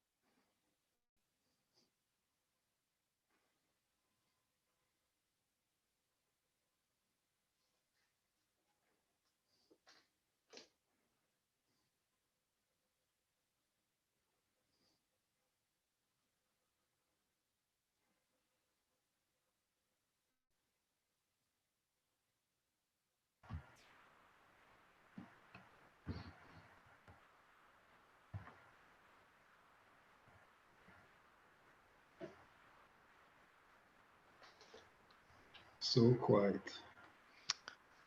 Yeah.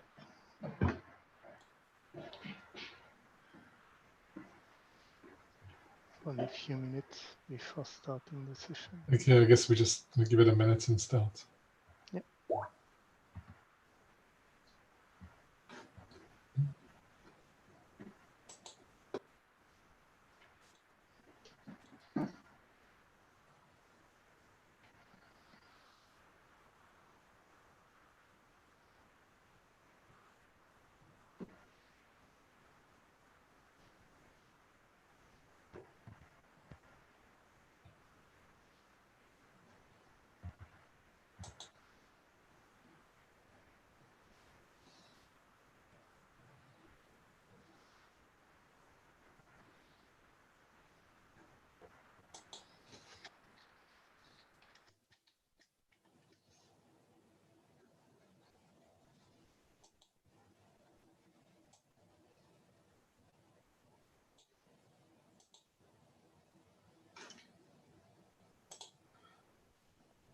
Okay, do you want to make a start, Vincent? Yes. Okay, so we'll start. Over to you. So, hi everybody. Thanks for joining this session. So, this talk will give you a status on the work that Etienne and I are doing to make an SCMI server running in a trusted environment. So we have worked on this. So we are working with other people, but for this part, it's mainly Etienne and I who have worked on. So the goal is really to put an SCMI server in a trusted environment. And we'll go through what we have done so far and what still remains to be done. There is also a lead project tab on the Linaro website where you can follow our activity.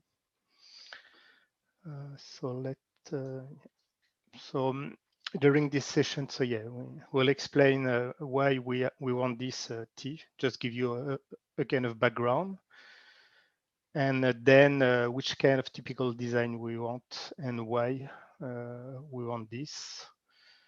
How we have implemented that in Opti with the Opti services. What we have right now, what are the next steps for the, I would say, the next 6 months, and which are the other steps in the, I would say, in the far future or in the future, in a more long time. So let's move first.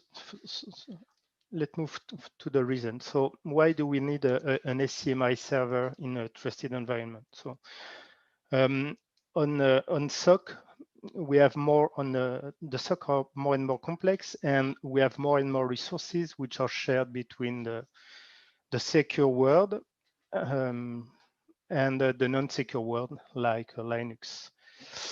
And usually you can use a dedicated power coprocessor to manage these shared resources, but in some case, you also have to share the communication with this power coprocessor, or you don't have power coprocessor because of the size of the die. And in this case, you still need to make sure that the non-secure side will not overwrite or the configuration or the request from the secure world. And because the secure world is the one that must have the ultimate decision, we have decided to implement this SCMI server, this backend in a trusted execution environment. For this, our goal was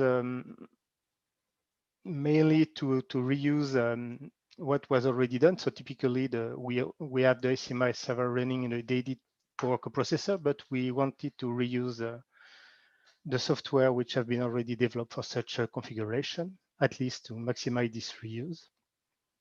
So that's why we decided to start with the SCP firmware, which is an implementation of the SCMI server, which have been done to run on the Cortex-M on a dedicated power coprocessor, and which mainly use the hardware mailbox. So that has been our starting point in order to reuse most of the software module, and also that will ease the configuration, because in our solution we want to be able to easily move the SCMI server in different place of your system. So that can be in the power coprocessor, or in a secure, trusted environment, or in other place that will go further after that.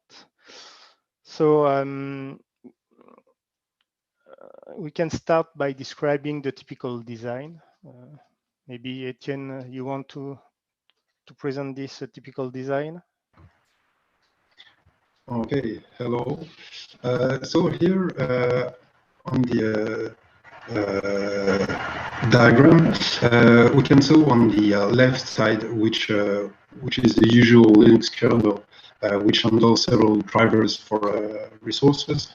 And among these drivers, these are resources that are not accessible straight from the Linux kernel. So this goes through this SCMI framework. So we have drivers like clocks, power domains, and so on. That interact with the SCMI framework, interacting with SCMI transport layer. And currently it's using shared memory. And the typical design we have that currently exists and is embedded in platforms is when this SCMI framework through the shared memory goes to the most right side, where you have power coprocessors that handles all the SCMI services and receives this SCMI message through this mailbox. So here the intention is when we have the SCMI server acting on resources that are owned by the secure world. So here, typically in OPTI, the SCMI server would be implemented inside the OPTI, going through an OPTI interface, which here is depicted as an OPTI service. So we'll come back to that later. So here the typical design is that we have on the left side the SCMI client, that's called an agent, that communicates with the SCMI server in the trusted OS in the OPTI. And this is the part we're working on, and as an extension, and what we'll look for the future is that even this OPTI SCMI server could also itself interact with some external entities as a core processor, which owns its own SCMI server, or even another dedicated processor as the one pictured on the right bottom side, for some specific resources that are not maybe dedicated to power, but still must be accessed through the SCMI resources. And so all these SCMI servers will communicate through some SCMI transport layers, as we said. And currently the one implemented in the coprocessor is the mailbox one. When we embed the SCMI server in the OPTI side, then we would use the OPTI shared memory and the native OPTI interface to reach the service and get the SCMI request being processed. So when we go through an OPTI, this means that the Linux kernel goes through some secure monitor, which is represented here as the EF3 firmware, or a secure partition manager. In the case of an OPTI, it could be a TFA running an OPTI dispatcher that allows the Linux to reach the OPTI. And so in the end, this SCMI server really acts on the hardware resources that could be clocks, power controllers, even deported on the PMIC through some links. So that's the big picture of what could be done and maybe extended. And I know that in the next session presented by Sulik Chakravarti on SCMI being embedded, he will extend also how this can be used in other environments. So in our case, we're considering as a first step the Linux kernel interacting with the OPTI. So maybe we can move on to the next slide that presents maybe where we could have SCMI servers. And where we can integrate this secure SCMI server. So here, this picture presents only the server part, meaning that the client, the agent, would be, in our case, in the Linux kernel. It is not represented here. So what exists is what Vincent drew in green, which is the SCMI server in the Power coprocessor. What we're working on is this SCMI server integrated into the OT trusted OS that is available. And what we're looking for in the more distant future, let's say, is maybe the possibility to embed this very same SCMI server, at least this implementation, in other environments as a secure EL1 that would run straight over TFA when there is no OPTI, or maybe in a specific secure partition when considering the latest works made on the secure hypervisor by ARM and Linaro. Or even the SCMI server could be hosted into the secure world of trusted firmware M firmware. And another possible setup would be that in the non-secure world, there could be several virtual machines, and one would act as an SCMI server to get all the requests from the other virtual machines, non-secure virtual machines that act as SCMI clients. Yeah, maybe I can add. So yeah, on this, our goal is really that the same SCMI server can be used in each and every context, and mainly the goal is only to change the communication channel, the transport layer, because we can probably use different way to exchange the SCMI requests according to which context we are running, and also then only the really low level, the connection between this server and its environment, which can be typically how to allocate some memory or how to manage some interruption or some event. But the goal is really to have the same server. That's already what we have right now. So we have in OPTI. As an example, we are able to run the OPTI version of the SCMI as a Linux application in order to speed up a bit our development.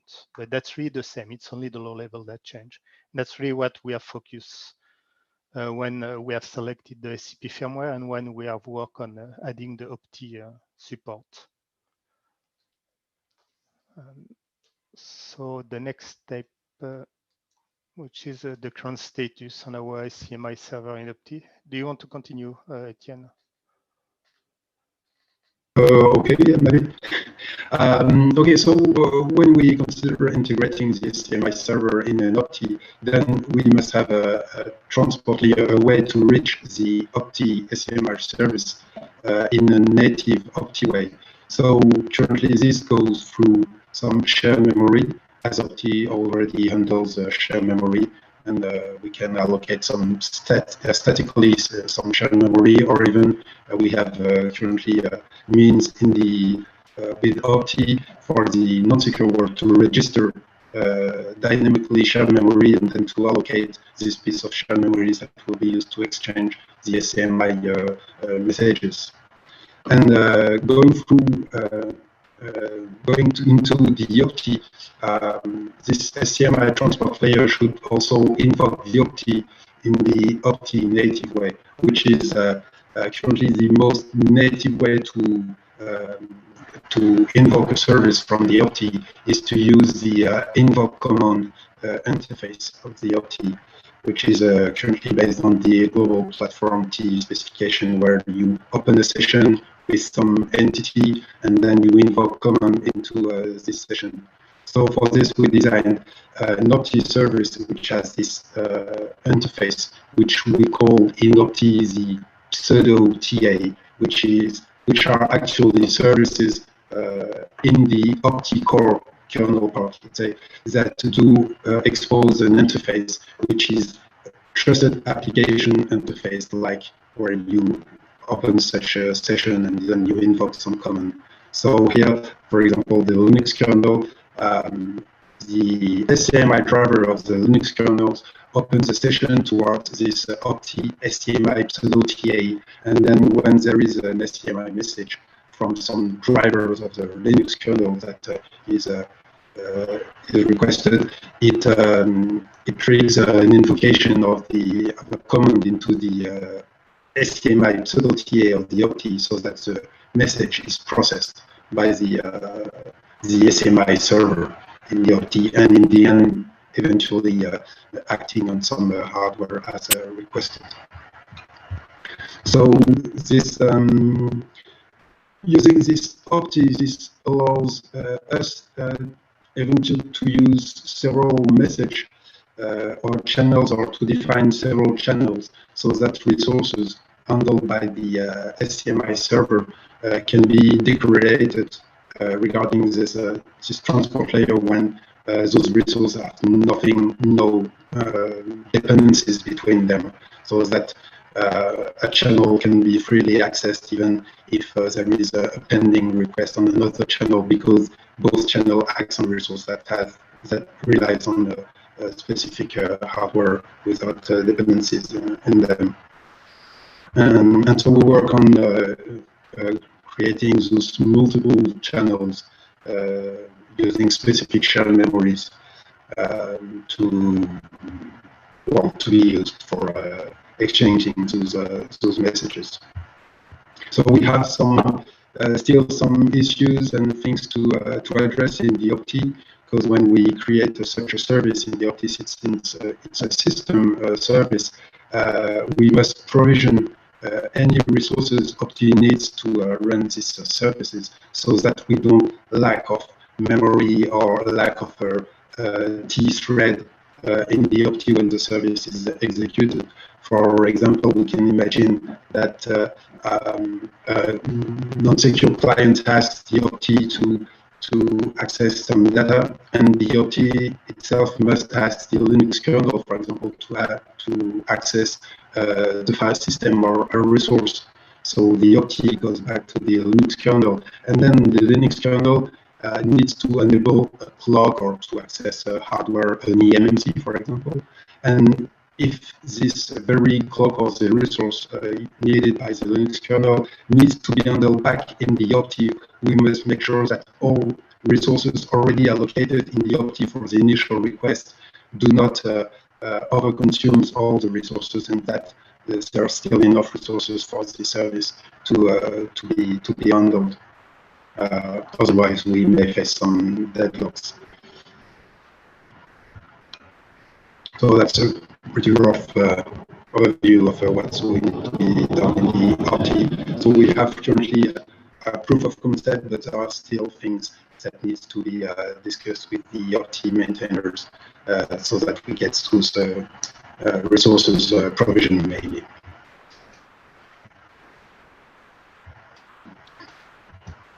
Okay. Yeah. Do you want me to continue on this? Yeah, go ahead. Okay. So yeah, so as Etienne mentioned, we have a proof of concept that is now running on the STM32MP1 and on the FVP for ARMv8 and on Linux host for debugging.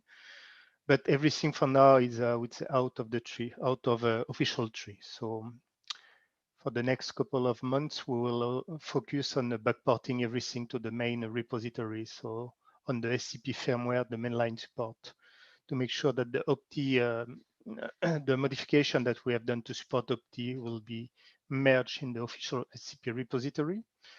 So Etienne has already made some pull requests on some specification protocol, but the goal is really to have everything upstream. Also in opti itself, as we are using this pseudo trusted application interface, we need to make our changes in opti merge in the opti repository. So that will be also a large work to make everything in a good shape to be merged. On Linux side, we'll mainly have to add the opti transport layer, which now that the SCMI framework support multiple transport layers should be easier than before.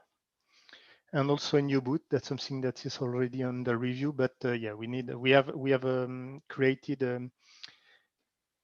We're already working on the SCMI agent in U-boot, which is using the SMC interface, and we also have to prepare an OPT transport layer, so we can access this server from U-boot as well. So that will be one of our main next step. And in addition to that, we also need to enable the notification to Linux. So the SCMI notification has been merged in kernel v5.9. And so with that being merged, we can enable the notification from our OptSCMI server back to Linux, which will be mainly useful for sensor and power domain, for example, or reset as well. So that will be something we have started to work on, and our goal is to have something up and running during the next cycle. We're also working on supporting the voltage regulator specification, which is a new, which has been added in the latest release of the SCMI specification. So we have a proof of concept, if I'm not wrong. Etienne has worked on this, and the goal is really to make it back in the SCP firmware. And the last item is the support of the device tree. While working with the SCP firmware, the one main, I would say, issue or complex things to do is to set up the hardware configuration in this SCMI server. Right now, everything is based on array which are statically filled. So all the connection must be done and before compilation, which is sometimes a bit, I would say, complex and time consuming. So we will consider adding the device tree support in this SCP. So either to be used at compile time, similarly to what is done in Zephyr, for example, or even at boot time, so that we can pass the device tree blob. So that will be a main new feature that we would like to add. Not sure that this will be done during this cycle, but that's part of the plan at least. I think we still have a few minutes. So that for the next, I would say by next step, we mean the next cycle. And then the other future step that we want to have a look at, it's extending the use of this SCMI server in other T. So either in the SCL0 secure partition when we are running alone with TFA, or in a dedicated partition once the FFA will be available and the hypervisor will be available in the secure world. We expect to take advantage of the refactoring that we are doing for OPT, so we can easily plug the SCMI server on this new execution environment. And I would say the last one, which this has also been requested by some of our members, is being able to run this SCMI server in the secure side of the Cortex-M. So typically around the TFM or something like that. But that's really something we have not really looked at for now. That's really for the future. And I think that we have covered all our slides. Etienne, do you want to say something else, to add one more thing? I don't know. I will check if we have some question in the meantime. I've just looked at Slack and it seems there's no specific question. Okay. That probably means that we have been crystal clear in our explanation. Sure. So yeah, we have 2 more minutes. Okay, maybe just mentioning is that there are some Jira tickets that are publicly reachable for one to just follow what's done on the SCMI. Yeah, on the website, Linaro website, then there is a project tab, and there will be the SCMI project there, where there is card which describe what we are working on. Yeah. Maybe also one other thing to come back on, just that mentioning that this SCMI server in VM, that's something that have been recently added as part of the possibility, typically to be used as a backend proxy between some some non-secure side VM and another SCMI server that could run in a Power processor or in Opti or somewhere else. So yeah, that's we are keeping that in mind while working on our current activity. Yeah, and follow the next session from Suvik. We'll discuss also about SCMI and what ARM envisage for the future use of SCMI. Yeah, exactly. Well, thanks to all. Thanks for attending. Yeah, thank you, everybody. So, Bill, I think we have done. Yeah, thanks, guys. Great session. Thank you. Perfect timing. Always appreciated. Thanks a lot. Okay, we have a few minutes before Suvik kicks off.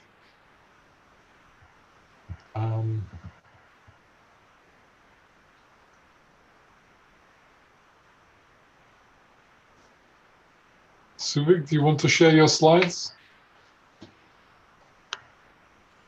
Sure, I'll start. Let me check. Hi, Suvik. Have a nice chat. Hey, Dan. Nice presentation. Oh, thanks. Thanks to Vincent. He did main of the work. So, Vincent, you've got something in the question in the Slack?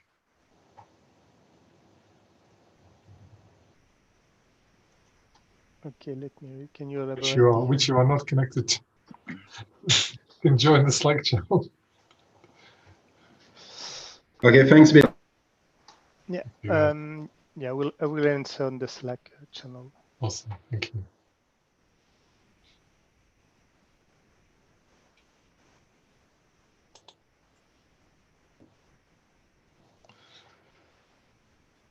Okay, so Vic, so we just give it 3 or 4 minutes and then start. Sure.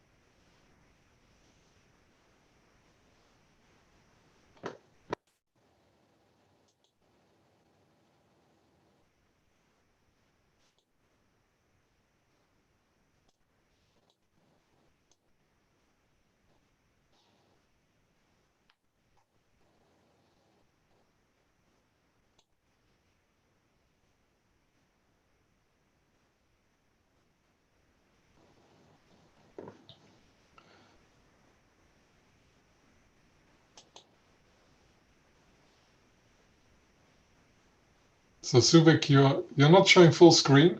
It's visible, but we are seeing your presenter mode. Oh, it's reversed it. Oh dear. Hold on. Okay. Thanks to Jonathan for pointing that out. That's fairly unoptimal. Let me After just an see afternoon if I can session, fix it. I'm just grateful to see the slides in any way, but if you have a couple of minutes.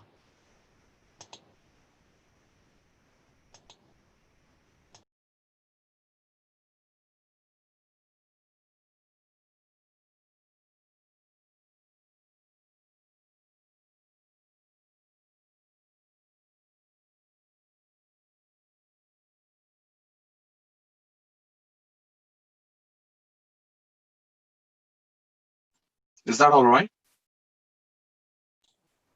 Yeah, that's nailed it. Okay.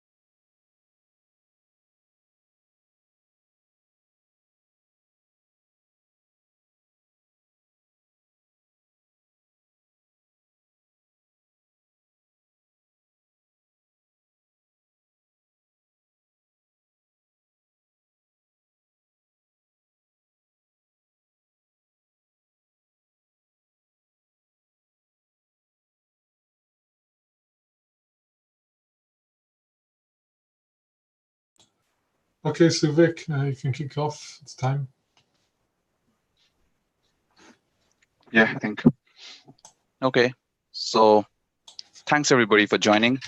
In this session, I try to cover the upcoming deployment scenarios of SCMI in other environments. Typically, we've seen how SCMI works on device tree-based systems. We'll try to see how that can be scaled across, and then I'll follow through with a few more updates as well. I'll probably use 20 odd minutes, but in case you have some questions in between, please keep them popping up on the chat screen and we'll take them up.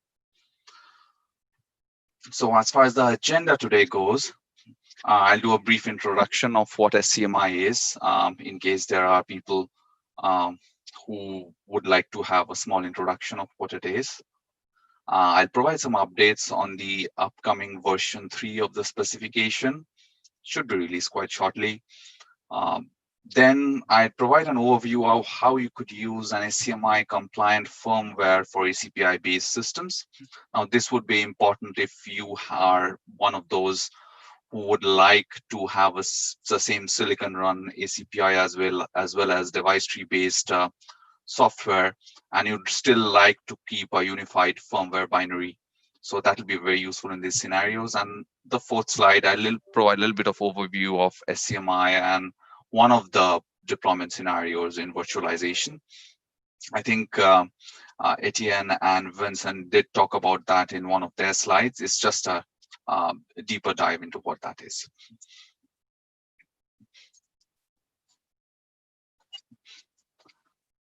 Introduction to SCMI. Now, SCMI is a firmware interface specification that's specifically targeted at power management and system control.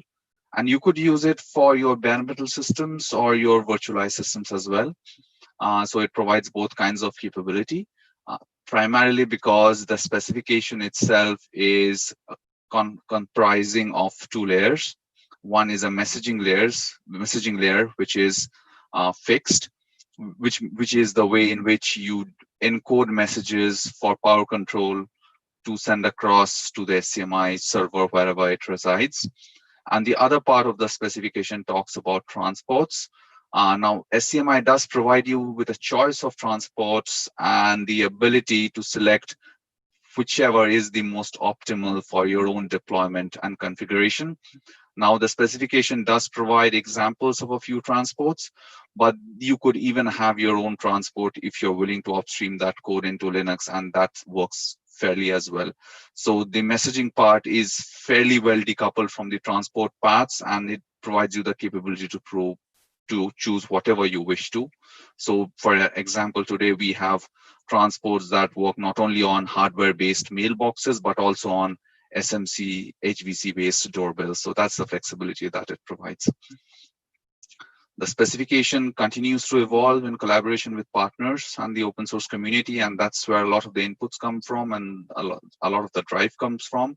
So if any of you have got questions, have got more inputs that you want to provide, do get in touch with us, and we'll be happy to take forward your inputs and provide resolve issues in whatever ways we can in the specification. And the reference kernel and the firmware support are fairly readily available through open source software. So you could have a look at the specification, you could have a look at the reference kernel and firmware, and you get a fairly good idea of how you could bring your system up within various considerations. And of course, there are different Linaro projects running related to SCMI. For deploying the SCMI server in different configurations, that's fairly useful as well, because you could reuse a lot of that code. SCMI v3. Now we are coming up with a new version of the specification. The one you'll see currently that's in ARM developer is SCMI v2. The v3 has not yet been released, but I'll provide you a small snapshot of what has been added. Typically, I've just copied this diagram from the SCMI specification. And you'll see there are two parts that have been highlighted in red. That is the voltage. And that is a new protocol that we have added, which is the voltage domain protocol. Now, this is something that would intercept the Linux voltage regulator framework, there was a lot of requirement and a lot of asks from different partners to enable something, because there are genuine use cases where you need to control the voltages of peripherals like SD cards, maybe your touch panels, and so on and so forth. So this is one that would readily take over that role.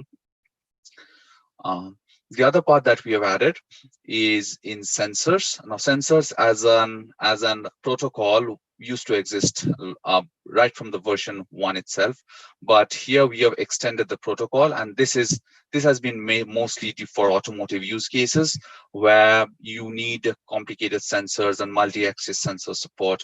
So if you have sensors like accelerometers, gyroscopes, or a combined inertial measurement unit, then SCMI provides you now the capability to map these multi-axis sensors in a standardized way into the kernel. It provides you also the capability now to, instead of requesting a read from the sensor every single time, you could just configure a rate at which the firmware notifies you of sensor readings. So you don't have to go and manually read the sensor every time. You can just say, notify me after X milliseconds, and you would get that rate of response from the firmware via an SCMI notification.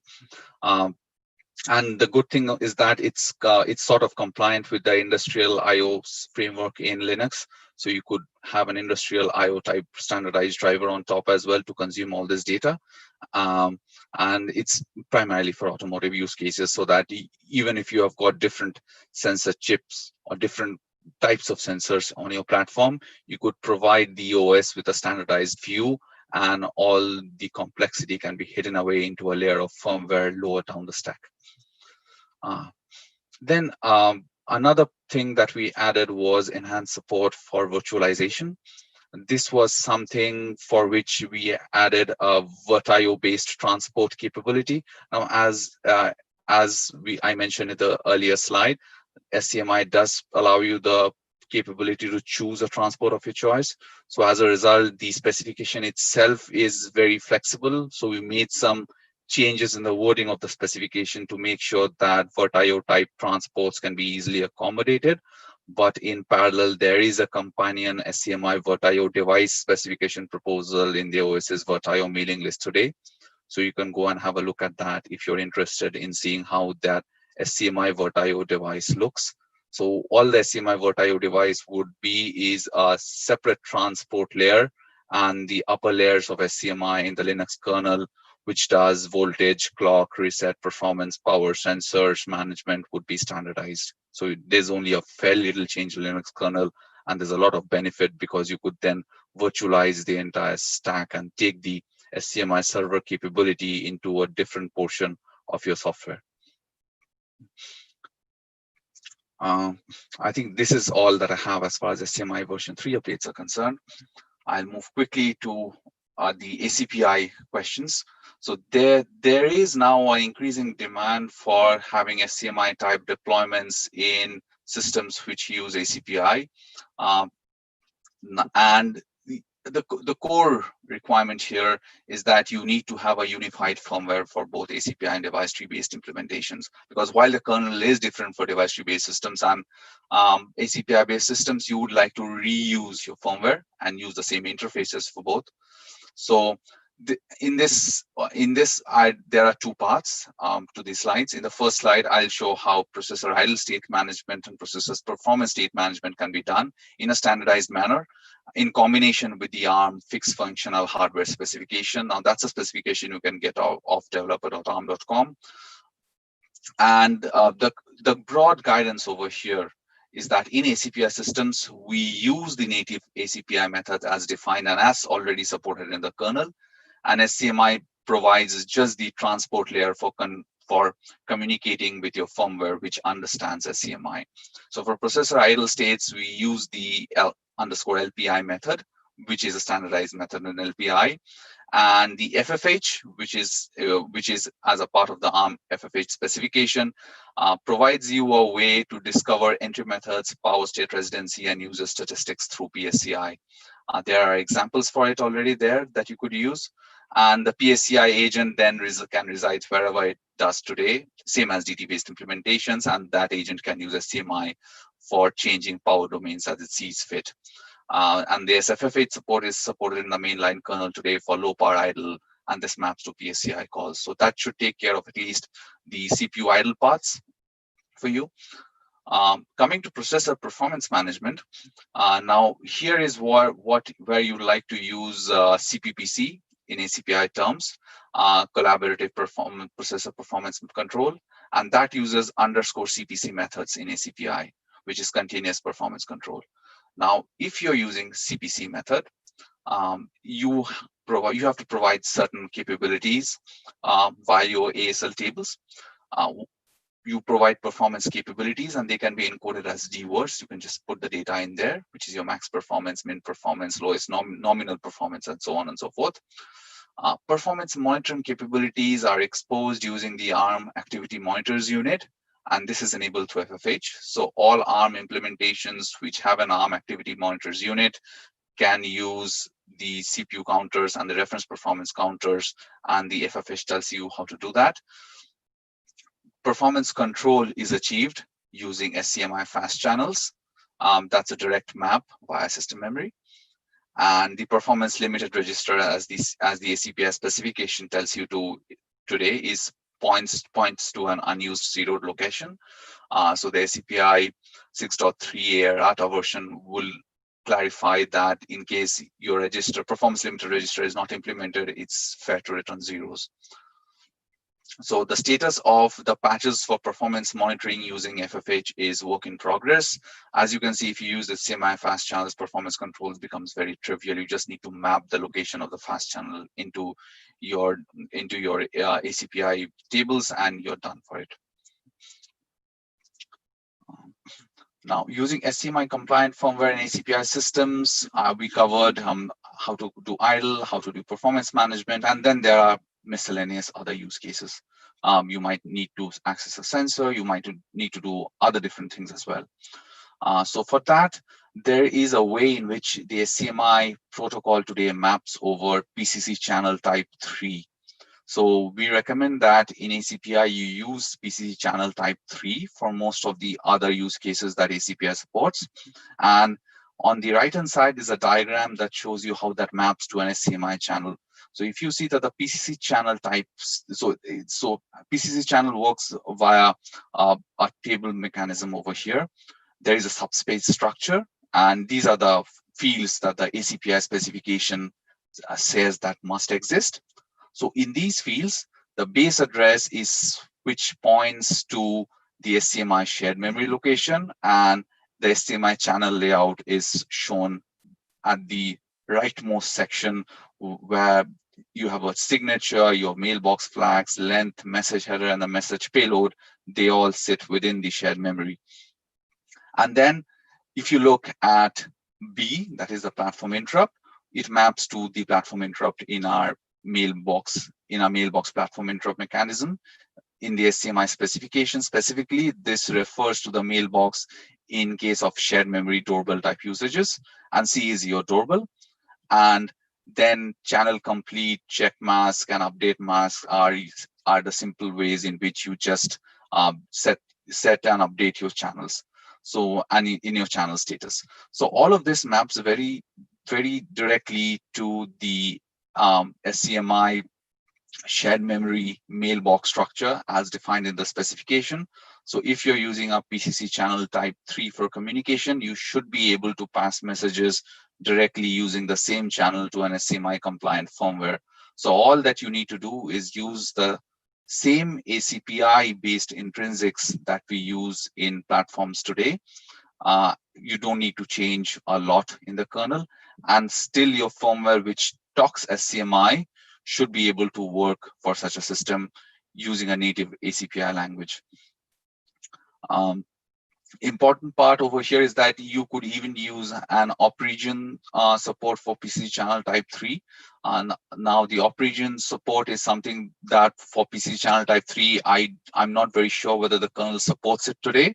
We'll have to have a look, but it's possible nonetheless to just use a basic channel, PCC channel type 3 communication, and communicate with an SCMI compliant firmware on the other side. And this is for all other use cases which is not CPPC, or which is not performance, or which is not CPU idle. And finally, so that takes care of your ACPI based systems. And then finally, you have the virtualization story.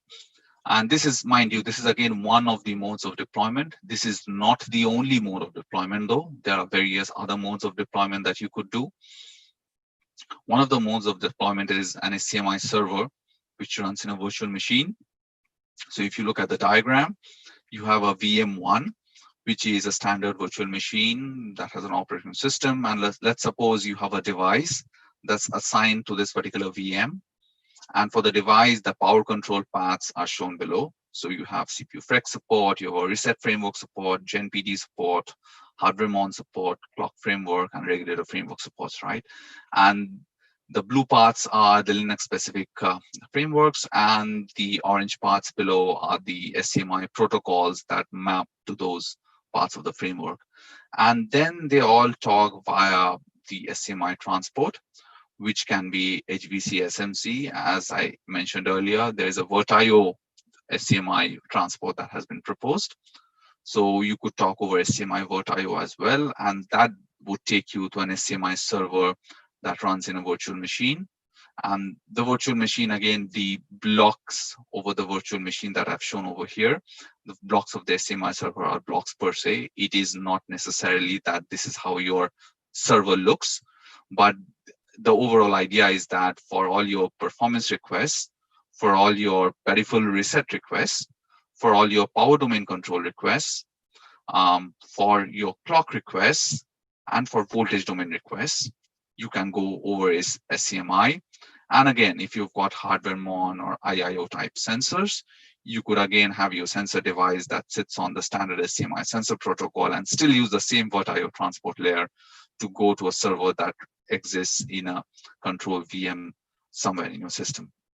And as I said, this is one of the applications. And then you could have the control VM talk via dedicated mailbox channel to a power microcontroller, power coprocessor, and then your secure world might also be able to do the same via secure channel. And there are, so this is one of the solutions.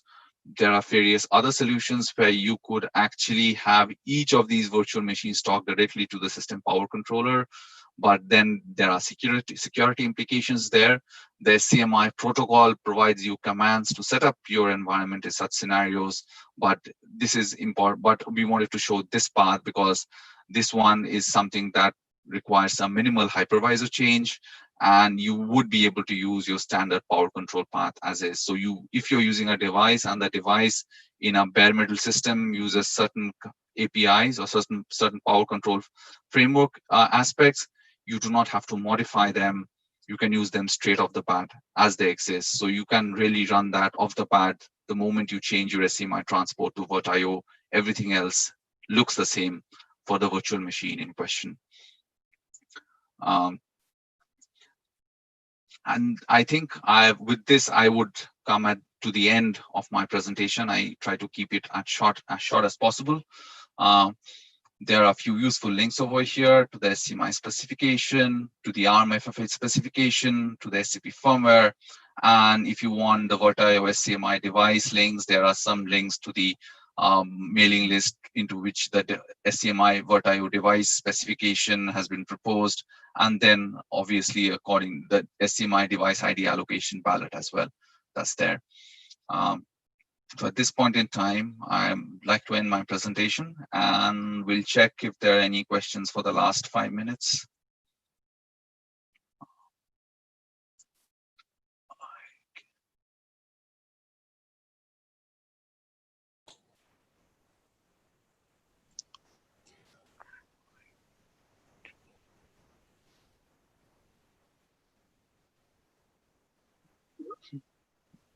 Okay, so there's a question for the date for SCMI v3 being published. So we are trying to get the beta out by the end of the month. So you won't be able to search for the beta, but it will be a publicly available specifications.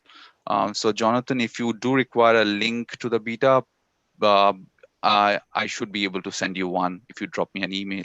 That shouldn't be an issue. It'll be a public beta, and there will be, I think, RFC patches posted in the kernel against that. Then from the beta onwards to an actual final release, it'll take another couple of months.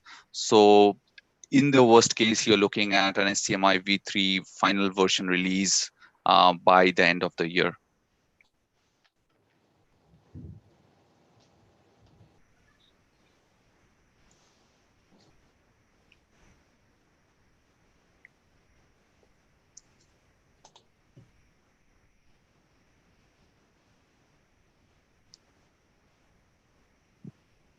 Okay.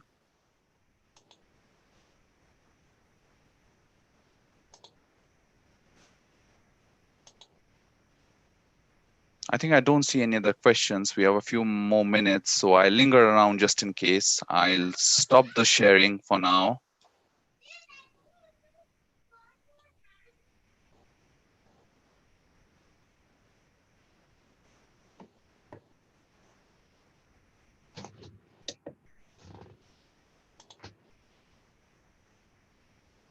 Okay, you were obviously very clear, Suvik. Nice to know, or it's the other way around. Yeah.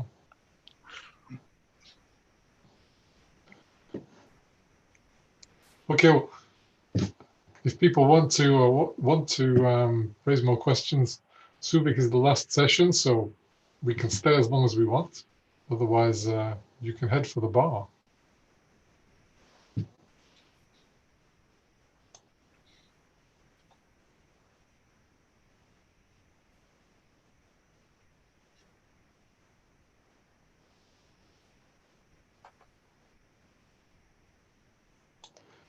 Okay, well, I'll leave the session open.